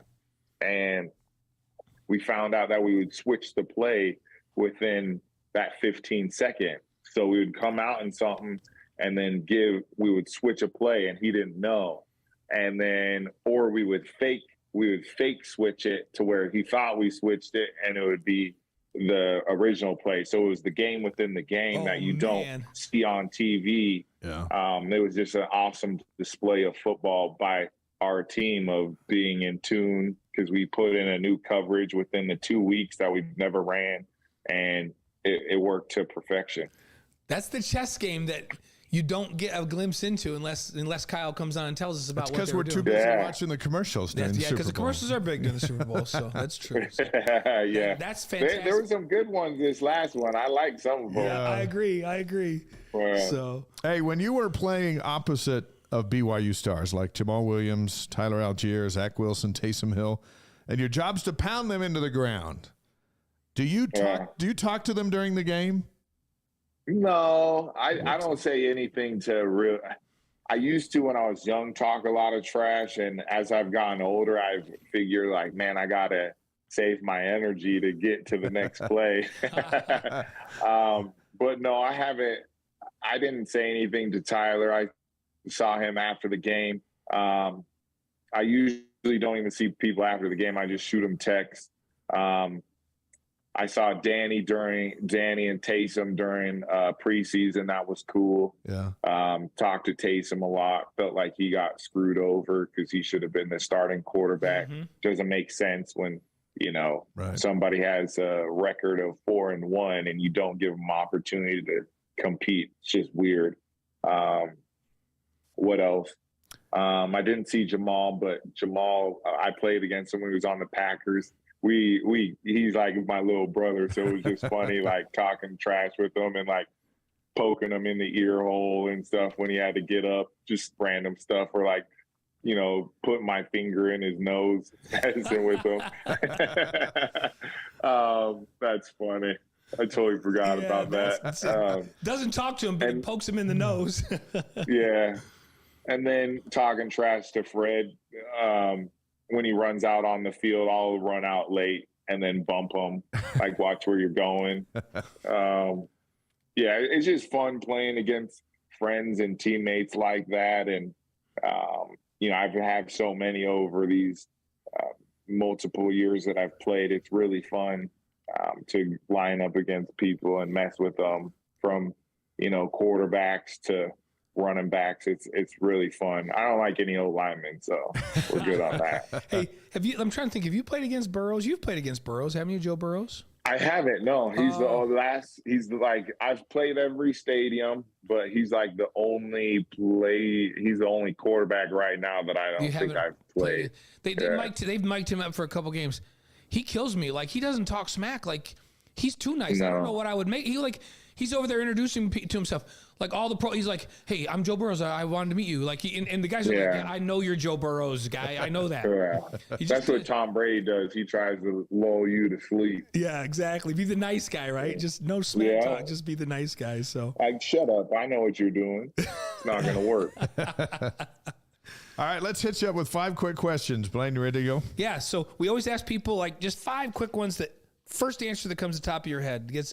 And we'll get you these, and then we'll get you out of here. And you've been so gracious to spend so much time with us. So start with this one. Favorite sports movie?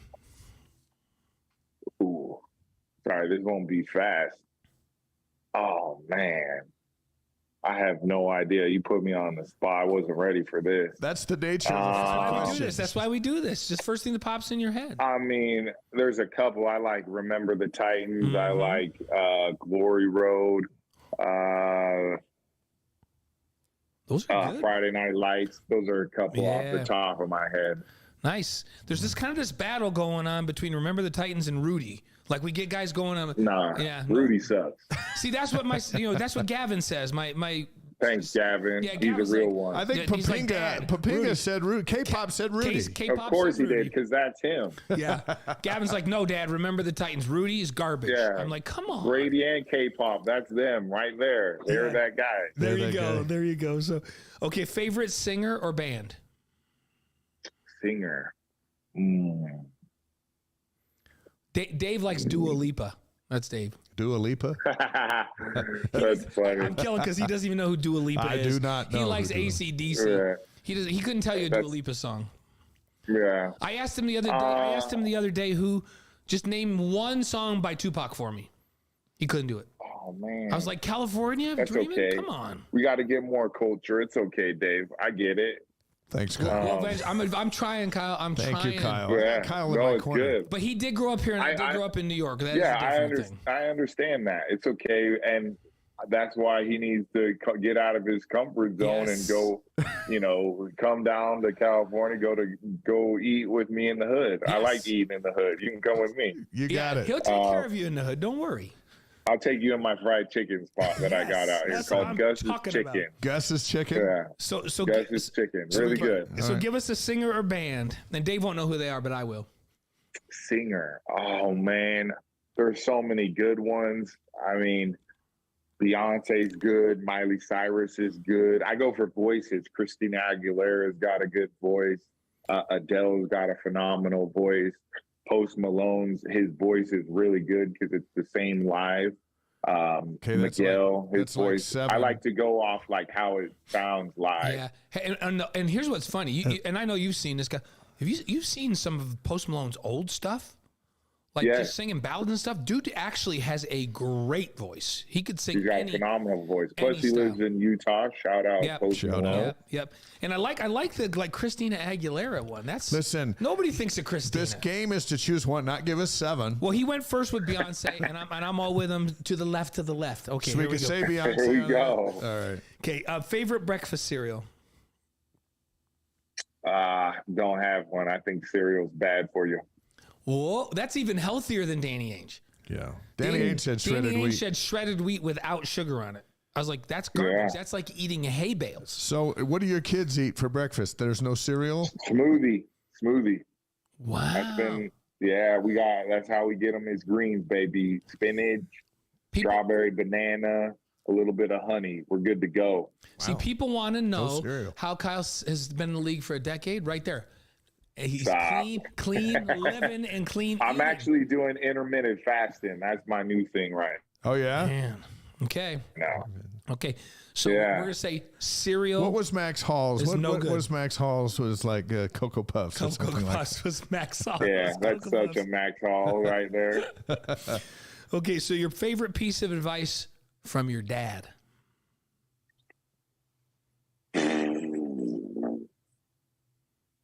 Think it through. He may hear this.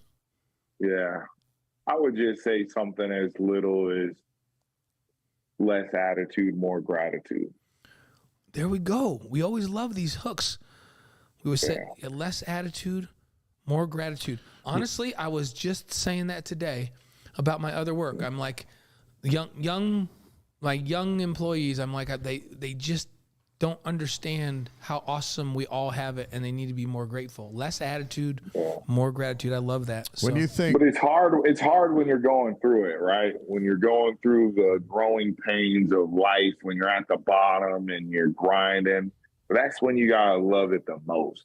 Like that's what separates you, is when you can find joy, or you can find something within when you have nothing, and pull yourself out of the dumpster fire, or, whatever you're at in life. And, if you're struggling with alcohol or drugs or whatever you are in situation, and you can pull yourself out and come out on top, man, and you can find joy in that. I think those people are badasses. Yeah. It seems to be what keeps you grounded when you have everything. If you've gone through that, to go through it, it's easy to be. Easy to be grateful. That's very true. Easy to be grateful when everything's going your way. The true stars are grateful when it's not going their way, and that's great advice. And you had there's been a lot of times when things didn't go your way. We go before the contract, before even coming out of McQueen High School in Reno, and you didn't have it easy, but you never once quit, which seems to be the secret to your success. We froze him right up. I'm why you. That is like a secret nobody knows. Am I frozen? You were frozen for a second there, Kyle. So, and the internet might have slowed up. Yeah, we got you frozen right on screen, and I think you were about to say something really deep and poignant, then froze up. This is there. I was saying people don't. I was saying people that hear me. Yeah, we can hear you now. Now we can hear you. Can you hear me? Okay. I was about to say something that nobody really knows is I was actually going to transfer from BYU. I did everything they asked. I went through the hoops for Bronco.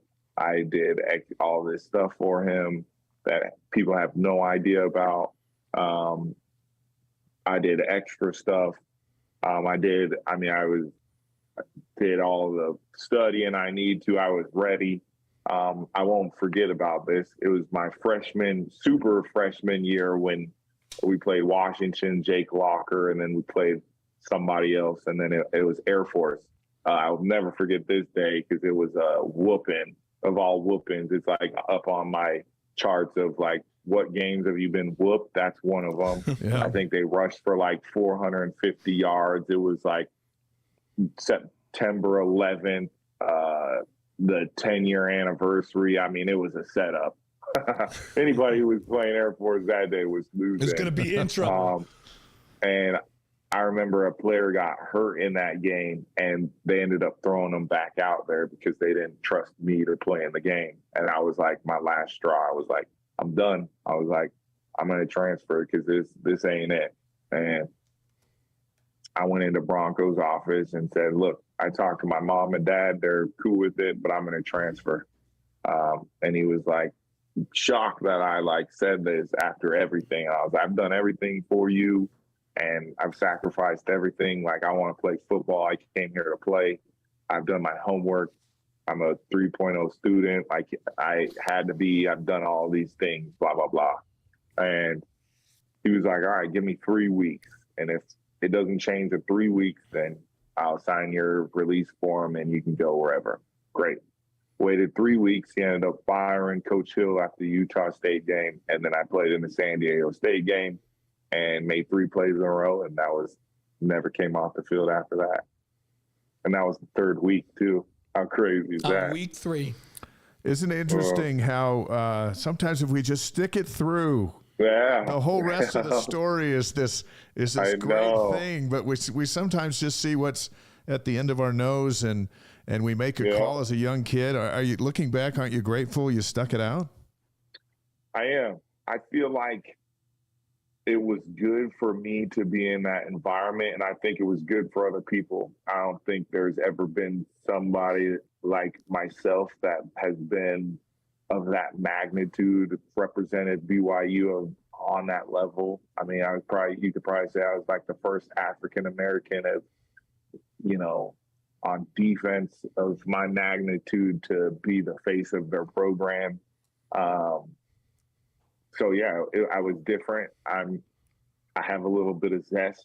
I say my opinions and I'm not afraid. I think other people are petrified of that because they're probably scared I'm going to say something too far, whatever. But I mean, I speak my mind, and there's a lot of people like me that feel this type of way, not only in our religion, but at the same time that don't have a voice at the school. And I feel like I try to do my best to represent those people, but at the same time, I'm also someone that believes in the truth too. So if there are things that you're not doing right, I'm going to be able to say, like, for example, I did a secret meeting with BYU last year during my bye week that no one knew about because I was sick of watching players that were good players not playing hard enough and representing players that sacrificed everything to play at that school or that sacrificed a lot to play the game past. Even people behind me, even a coach who sacrificed a lot in Kalani, I can go down the line, Beck, Max Hall, just guys that have given everything that they can, went through the ringer to play the game, while these kids, nowadays have NIL deals. They're a little spoiled, which is awesome. They deserve it. That's what we played for. But I was a little pissed of, how they weren't playing with enough heart. And I think they lost that weekend, but you could see the heart they played with. And it was against East Carolina. Right. They ended up losing that game, but you saw a big difference of how they played together, and they were, cheering each other on. And, there was less finger pointing and more of trying to figure it out. And I think it was cool to watch that group of men who ended up coming together and ended up going to a bowl game. I think that's awesome. They get that the rest of their lives. That's cool. Well, it's cool that you, and Blaine's got one more for you, but I think it's cool that you got involved, stay involved, and the whole world's full of free spirits, and you know what? Yeah. We all have our opinions, and we get to say them. Yeah. Some I are just wish afraid. my opinions were facts, right? Some of us are afraid to say it and never say it, and difference makers speak up, and you have a platform to do that. Yeah. Thanks. Well, if you guys have anything, just shoot it to me. We got it. Well, and here's the thing. One of the reasons Dave and I decided we want to do this show, this format, is so people could come on and spend significant time, and people could get to know them, and we could talk about a lot of things, and people could give their opinion, and people could talk about the things that matter to them. Because most of the time when we're doing a TV show, it's a series of 3 and 4 and 5 minute sound bites. You know how that goes. You now know that. We can never tell the whole story. We can never get in deep. And so we started this last spring, and we have just loved it because people can come on and they can tell us the stories that have made a difference. And it's been really, really fun. We're so glad that you would come on with us. We have one last question for you. The grand finale. This is the last of the 5, and that's, what's your favorite thing about being a dad? Ooh.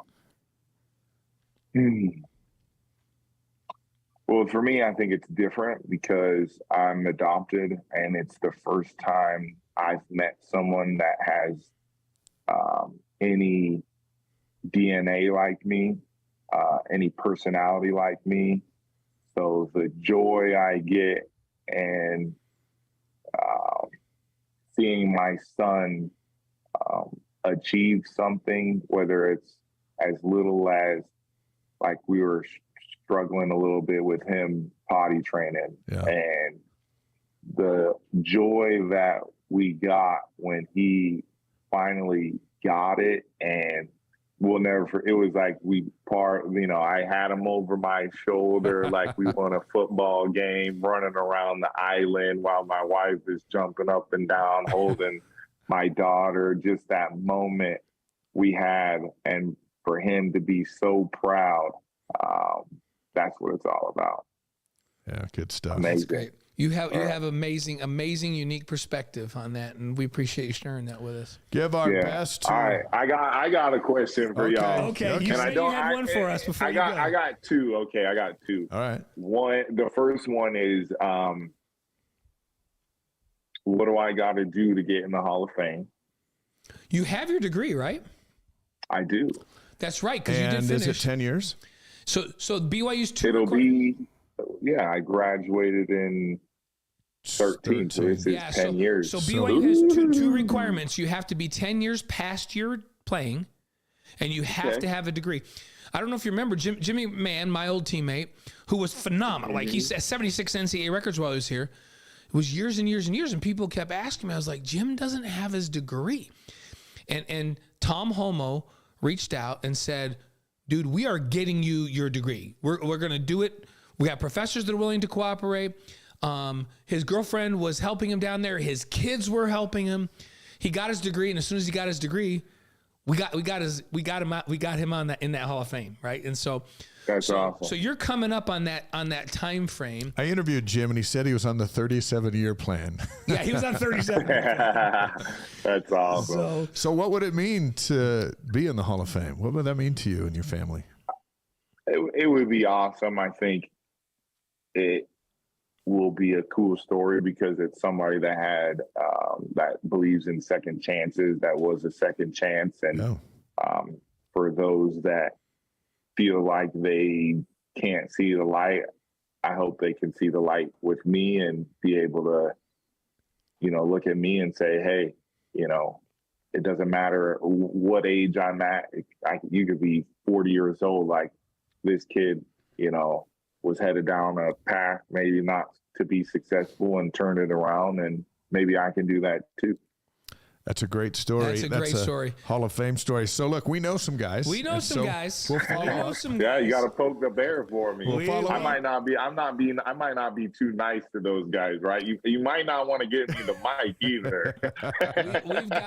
we know, as you know, we know some guys, and we can definitely have a conversation and listen, about that. Now that you're going to be a TV analyst, there's an on switch and an off switch. And sometimes you have to have the off switch. But no. See, there's that plug that you get to take out, right? And say what you need to say. Kyle, it's a good thing they don't roll the camera and the mic all the time. Sometimes at commercial breaks, I say some crazy stuff, right? This last year, hot mic.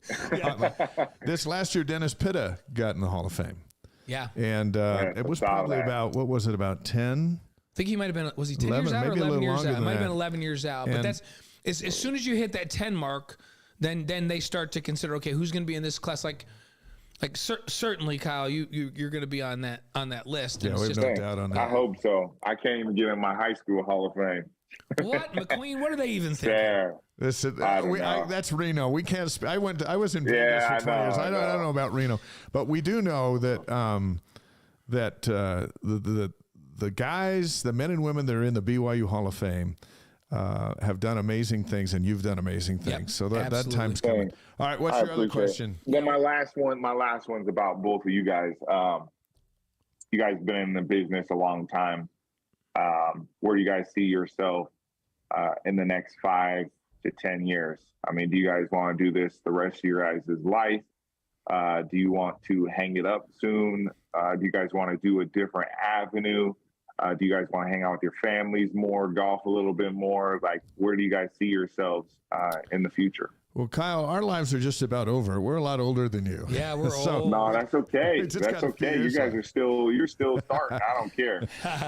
One thing that works for us, and Blaine can answer this too, is we're in a position now where we do this because it's fun, and we love being on. We're in this new dimension of Twitch, YouTube, Facebook, and Livestream, which goes around the world. This show's for BYU fans around the world. That if you have Wi-Fi, you're on board. Yeah, you can be here. And so that's fun. And what's fun for me is dealing with you, dealing with guys like you, men and women that are great stories. We come from a place we all love, BYU. It's all had for most of us, it has had a positive impact on some direction that we took in life. Some larger than others, but it all goes back to when did we make the best decisions and what influenced us, and the BYU experience put you in a position to make good choices. One, to stay. Two, to say yes when Marissa asked you to marry her, and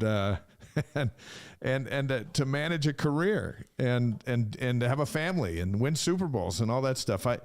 I think that's what keeps us young, and it's what keeps it interesting, because it's always been about you go 10 yards and get a first down. What's interesting about that? It's the people who are doing it that make it interesting. Right. Yeah. For me, Kyle, I'm am I 34 years into this now, Dave? I think I'm 34 years into this, and there was a time when it was like, hey, let's grind and do this. And I was under contract with ESPN doing the Mountain West National Game of the Week, with NBC doing the Atlantic 10 Game of the Week during basketball.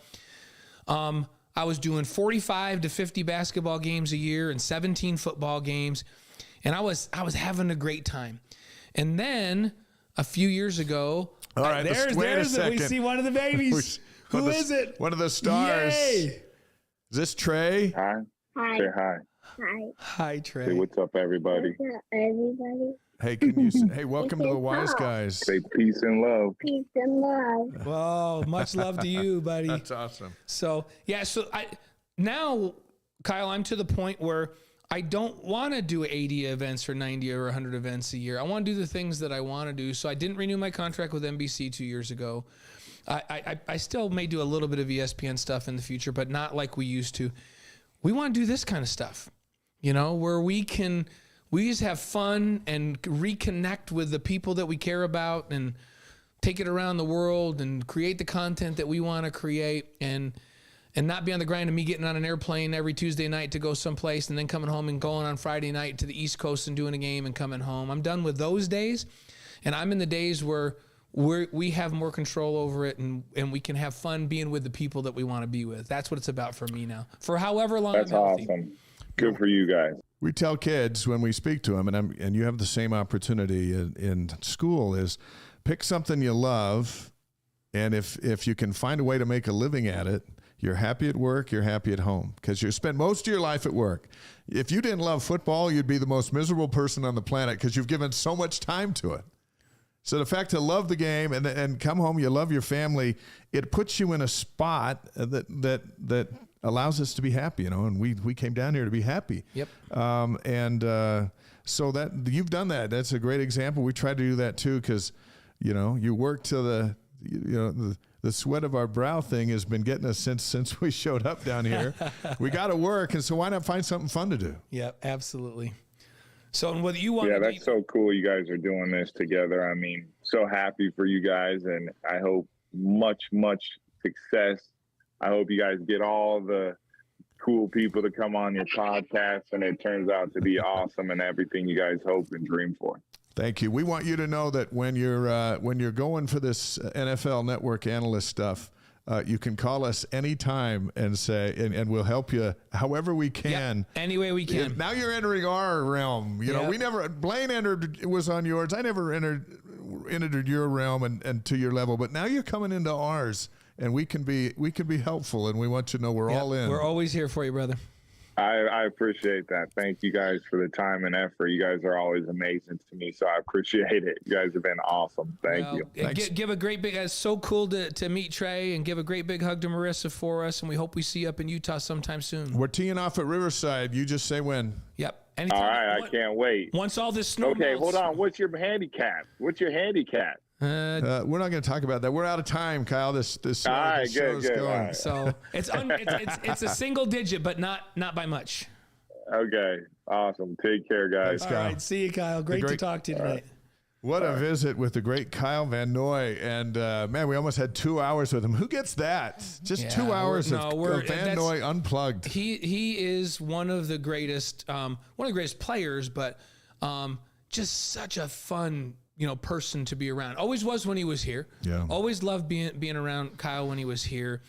And he's like, he brightens a room when he walks into the room, right? He's got big personality, but he's kind of a shining light, and he does say what he is thinking. I think he's often misunderstood as, you heard it in his stories tonight. He had a great experience at BYU in some ways, and he had a rough experience in other ways. I think we've all had similar experiences, because it's not easy, whether you're a good student, or my brothers always talk about how they graduated. They were on the dean's list, and we remind them they were on the other list. The dean had 2 lists, but they made a list.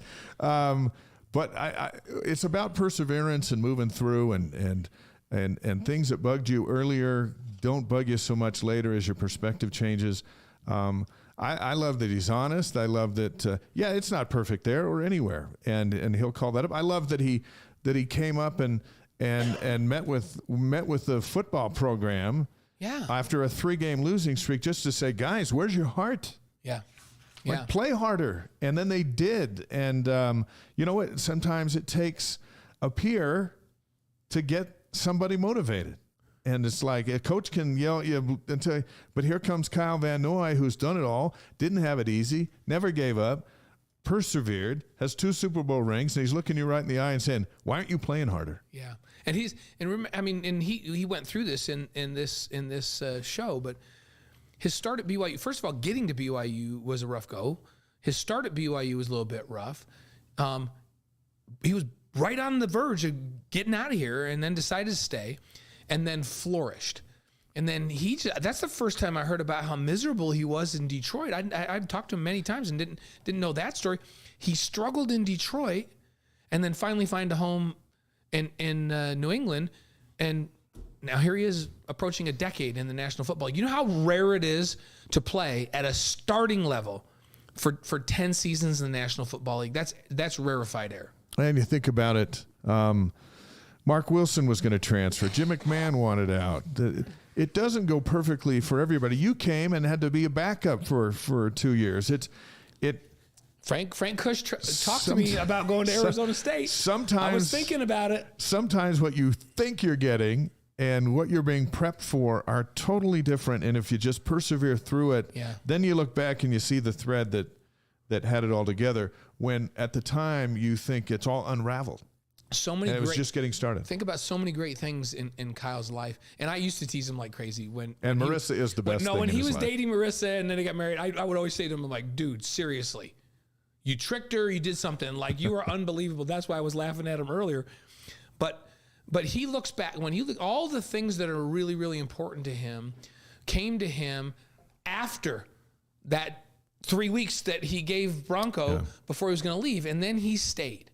And all of those things came around. All these things that are so important to him in life right now came after he stuck it out and stayed. And his faith's important to him, as we heard in there. Right. His religion is, he might not live it the way this person lives it. You and I might not live it the way this person lives it, but it's still important to him, and it's still part of his life. And those people, those of us, there's so many who just like to just judge and say, well, you're not a general authority, so it must be off the rails. Wow, if that's the the standard, I'm off the rails. we're both off the rails. But the reality is that we're all just hanging by a thread, trying to do the best we can. Yeah. And Bronco was huge to him. I'm glad he went on Bronco's podcast. We should get Bronco on this podcast. Yeah, I don't think Bronco wants us on his, but we could get Bronco on ours. Yeah, you go. I'm not going to have it. But I think, and you know what? Kyle's story, there's just a million of those stories, because life's hard. And it's not easy, and you fight and you get through it. And sometimes you win a Super Bowl, and sometimes you get cut after your first mini camp. And then it's like, okay, well, what are you going to do now? You do something. Right. You do something good, but it just might not have been. I always thought when I was shooting baskets in the driveway that I was going to play for the Celtics, as did everybody. That didn't work out. I never thought I would play for the Celtics. You didn't? Well, you were from New York. Right. I thought I would play for the Sixers. Yeah. See, that's I actually didn't think I would play for the Sixers. I thought I would play quarterback for the New York. Or Giants. we're on the side yard for the Giants. Yeah, we're on the side yard pretending we're Joe Montana or something. Yeah. But some people do it. Yep. And then they get on this show and we celebrate their life and their journey, and then you hear how tough it was. Yeah. And you go, you know what it does? It makes you cheer harder for them. Yep. We'll be rooting like we're not really teasing. We know some people to talk to about Kyle's desire to be in that Hall of Fame. You know, I hadn't even thought about it until he said it, because the 10 years has gone by super fast. Yeah. Yeah. And when Pitta was in, it was like, really? Has it been 10 years? Long? But I think it'd been 10 or 11 for Dennis. And Jimmer will be coming up. Yeah, we did talk to Jimmer about that, saying, hey, it's coming up. And hey, and don't let these guys fool you. It's they cherish the time they were at BYU, and when they put so much out there and contributed so much, that's a big thing to get in that Hall of Fame. Yeah. Now, did you know I made it in the Hall of Fame? The 1984 whole team is in the Hall of Fame. Yeah, of course I did. Yeah, there you go. My dad made it in the Hall of Fame. And our pictures right there, and I'm sitting right in the why don't I introduce you as a Hall of Famer? So, well, I'm a member of a team that's in the Hall of Fame. I'm not an individual Hall of Famer. So. Hey, next week, Michael Miner, Russ Merrill, and David Phillips, the past, present, and future of BYU TV. We're going to talk about some stories next week. And these guys, every major event in sports that's happened at BYU in the last 35 years, these guys, like Russ and Michael, I mean, they were part of it. They built BYU TV to what it is today, and then David Phillips runs the BYU sports division over there now and is responsible for what they're doing. And we're going to talk about some of the greatest moments in BYU sports history. We were all there for most of them. That's going to be a fun just give you one preview. Show. Like, we were all there in Hawaii doing all of the media stuff around. I was holding a mic laying on the ground when they announced the Heisman Trophy for Ty Detmer. And then we called the game when he got blown out. Yep. And so, all in one day. So we can reminisce about some of the greatest moments in BYU sports, and then David can talk to us about where BYU TV sports is going in the Big 12. That'll be fun. Later in March, Chris Hoke, two-time Super Bowl champion, just like Kyle Van Noy. Elaine Bradley of Neon Trees. Max Hall is going to be with us before the alumni game. That's coming up. Kerry Roberts will be with us in early April as the golf team gets ready to host a tournament at Riverside, and much, much more. Let's save all the other stuff for next week. We'll basketball do it all next and all week. that. We'll recap the WCC tournament next week, and you know what? We'll have another. We were going to talk about spring ball. There's only one day of practice. There was a little bit to talk about. We'll have a whole bunch to talk about next week because we'll have 4 practices under our belts by then, and we can give you a little more on that. Let's wrap up with our Wise Guys inspirational quote of the week from Michael Jordan. Yes. Which I think ties into the theme of Kyle Van Noy. This is the theme. I've missed more than 9,000 shots in my career. I've lost almost 300 games. 26 times I've been trusted to take the game-winning shot and missed.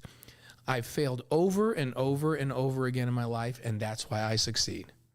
Feels like we needed some dramatic music with that read. Yeah, I thought you really read that. It's just like, you don't even think about that. 26 opportunities to hit game-winning shots, and he didn't make the shot. Now, he made a bunch. Yeah, he did. Greatest ever. Greatest ever. So. Or thanks to Kyle Van Noy. And let me tell you one thing real quick that happened to me today. Yeah? You're not going to believe it. So I go by the grocery store, and every now and then you can give a plug. Was it Days? It was Days. Every now and then I get I like those bottled Coke, Coca-Colas. So I take it home. I'm putting it in the fridge, and I'm moving too fast because in the kitchen I like to get in, I like to get out. Right. So I've opened the fridge. I take a bottled Coke and I'm putting it in the fridge.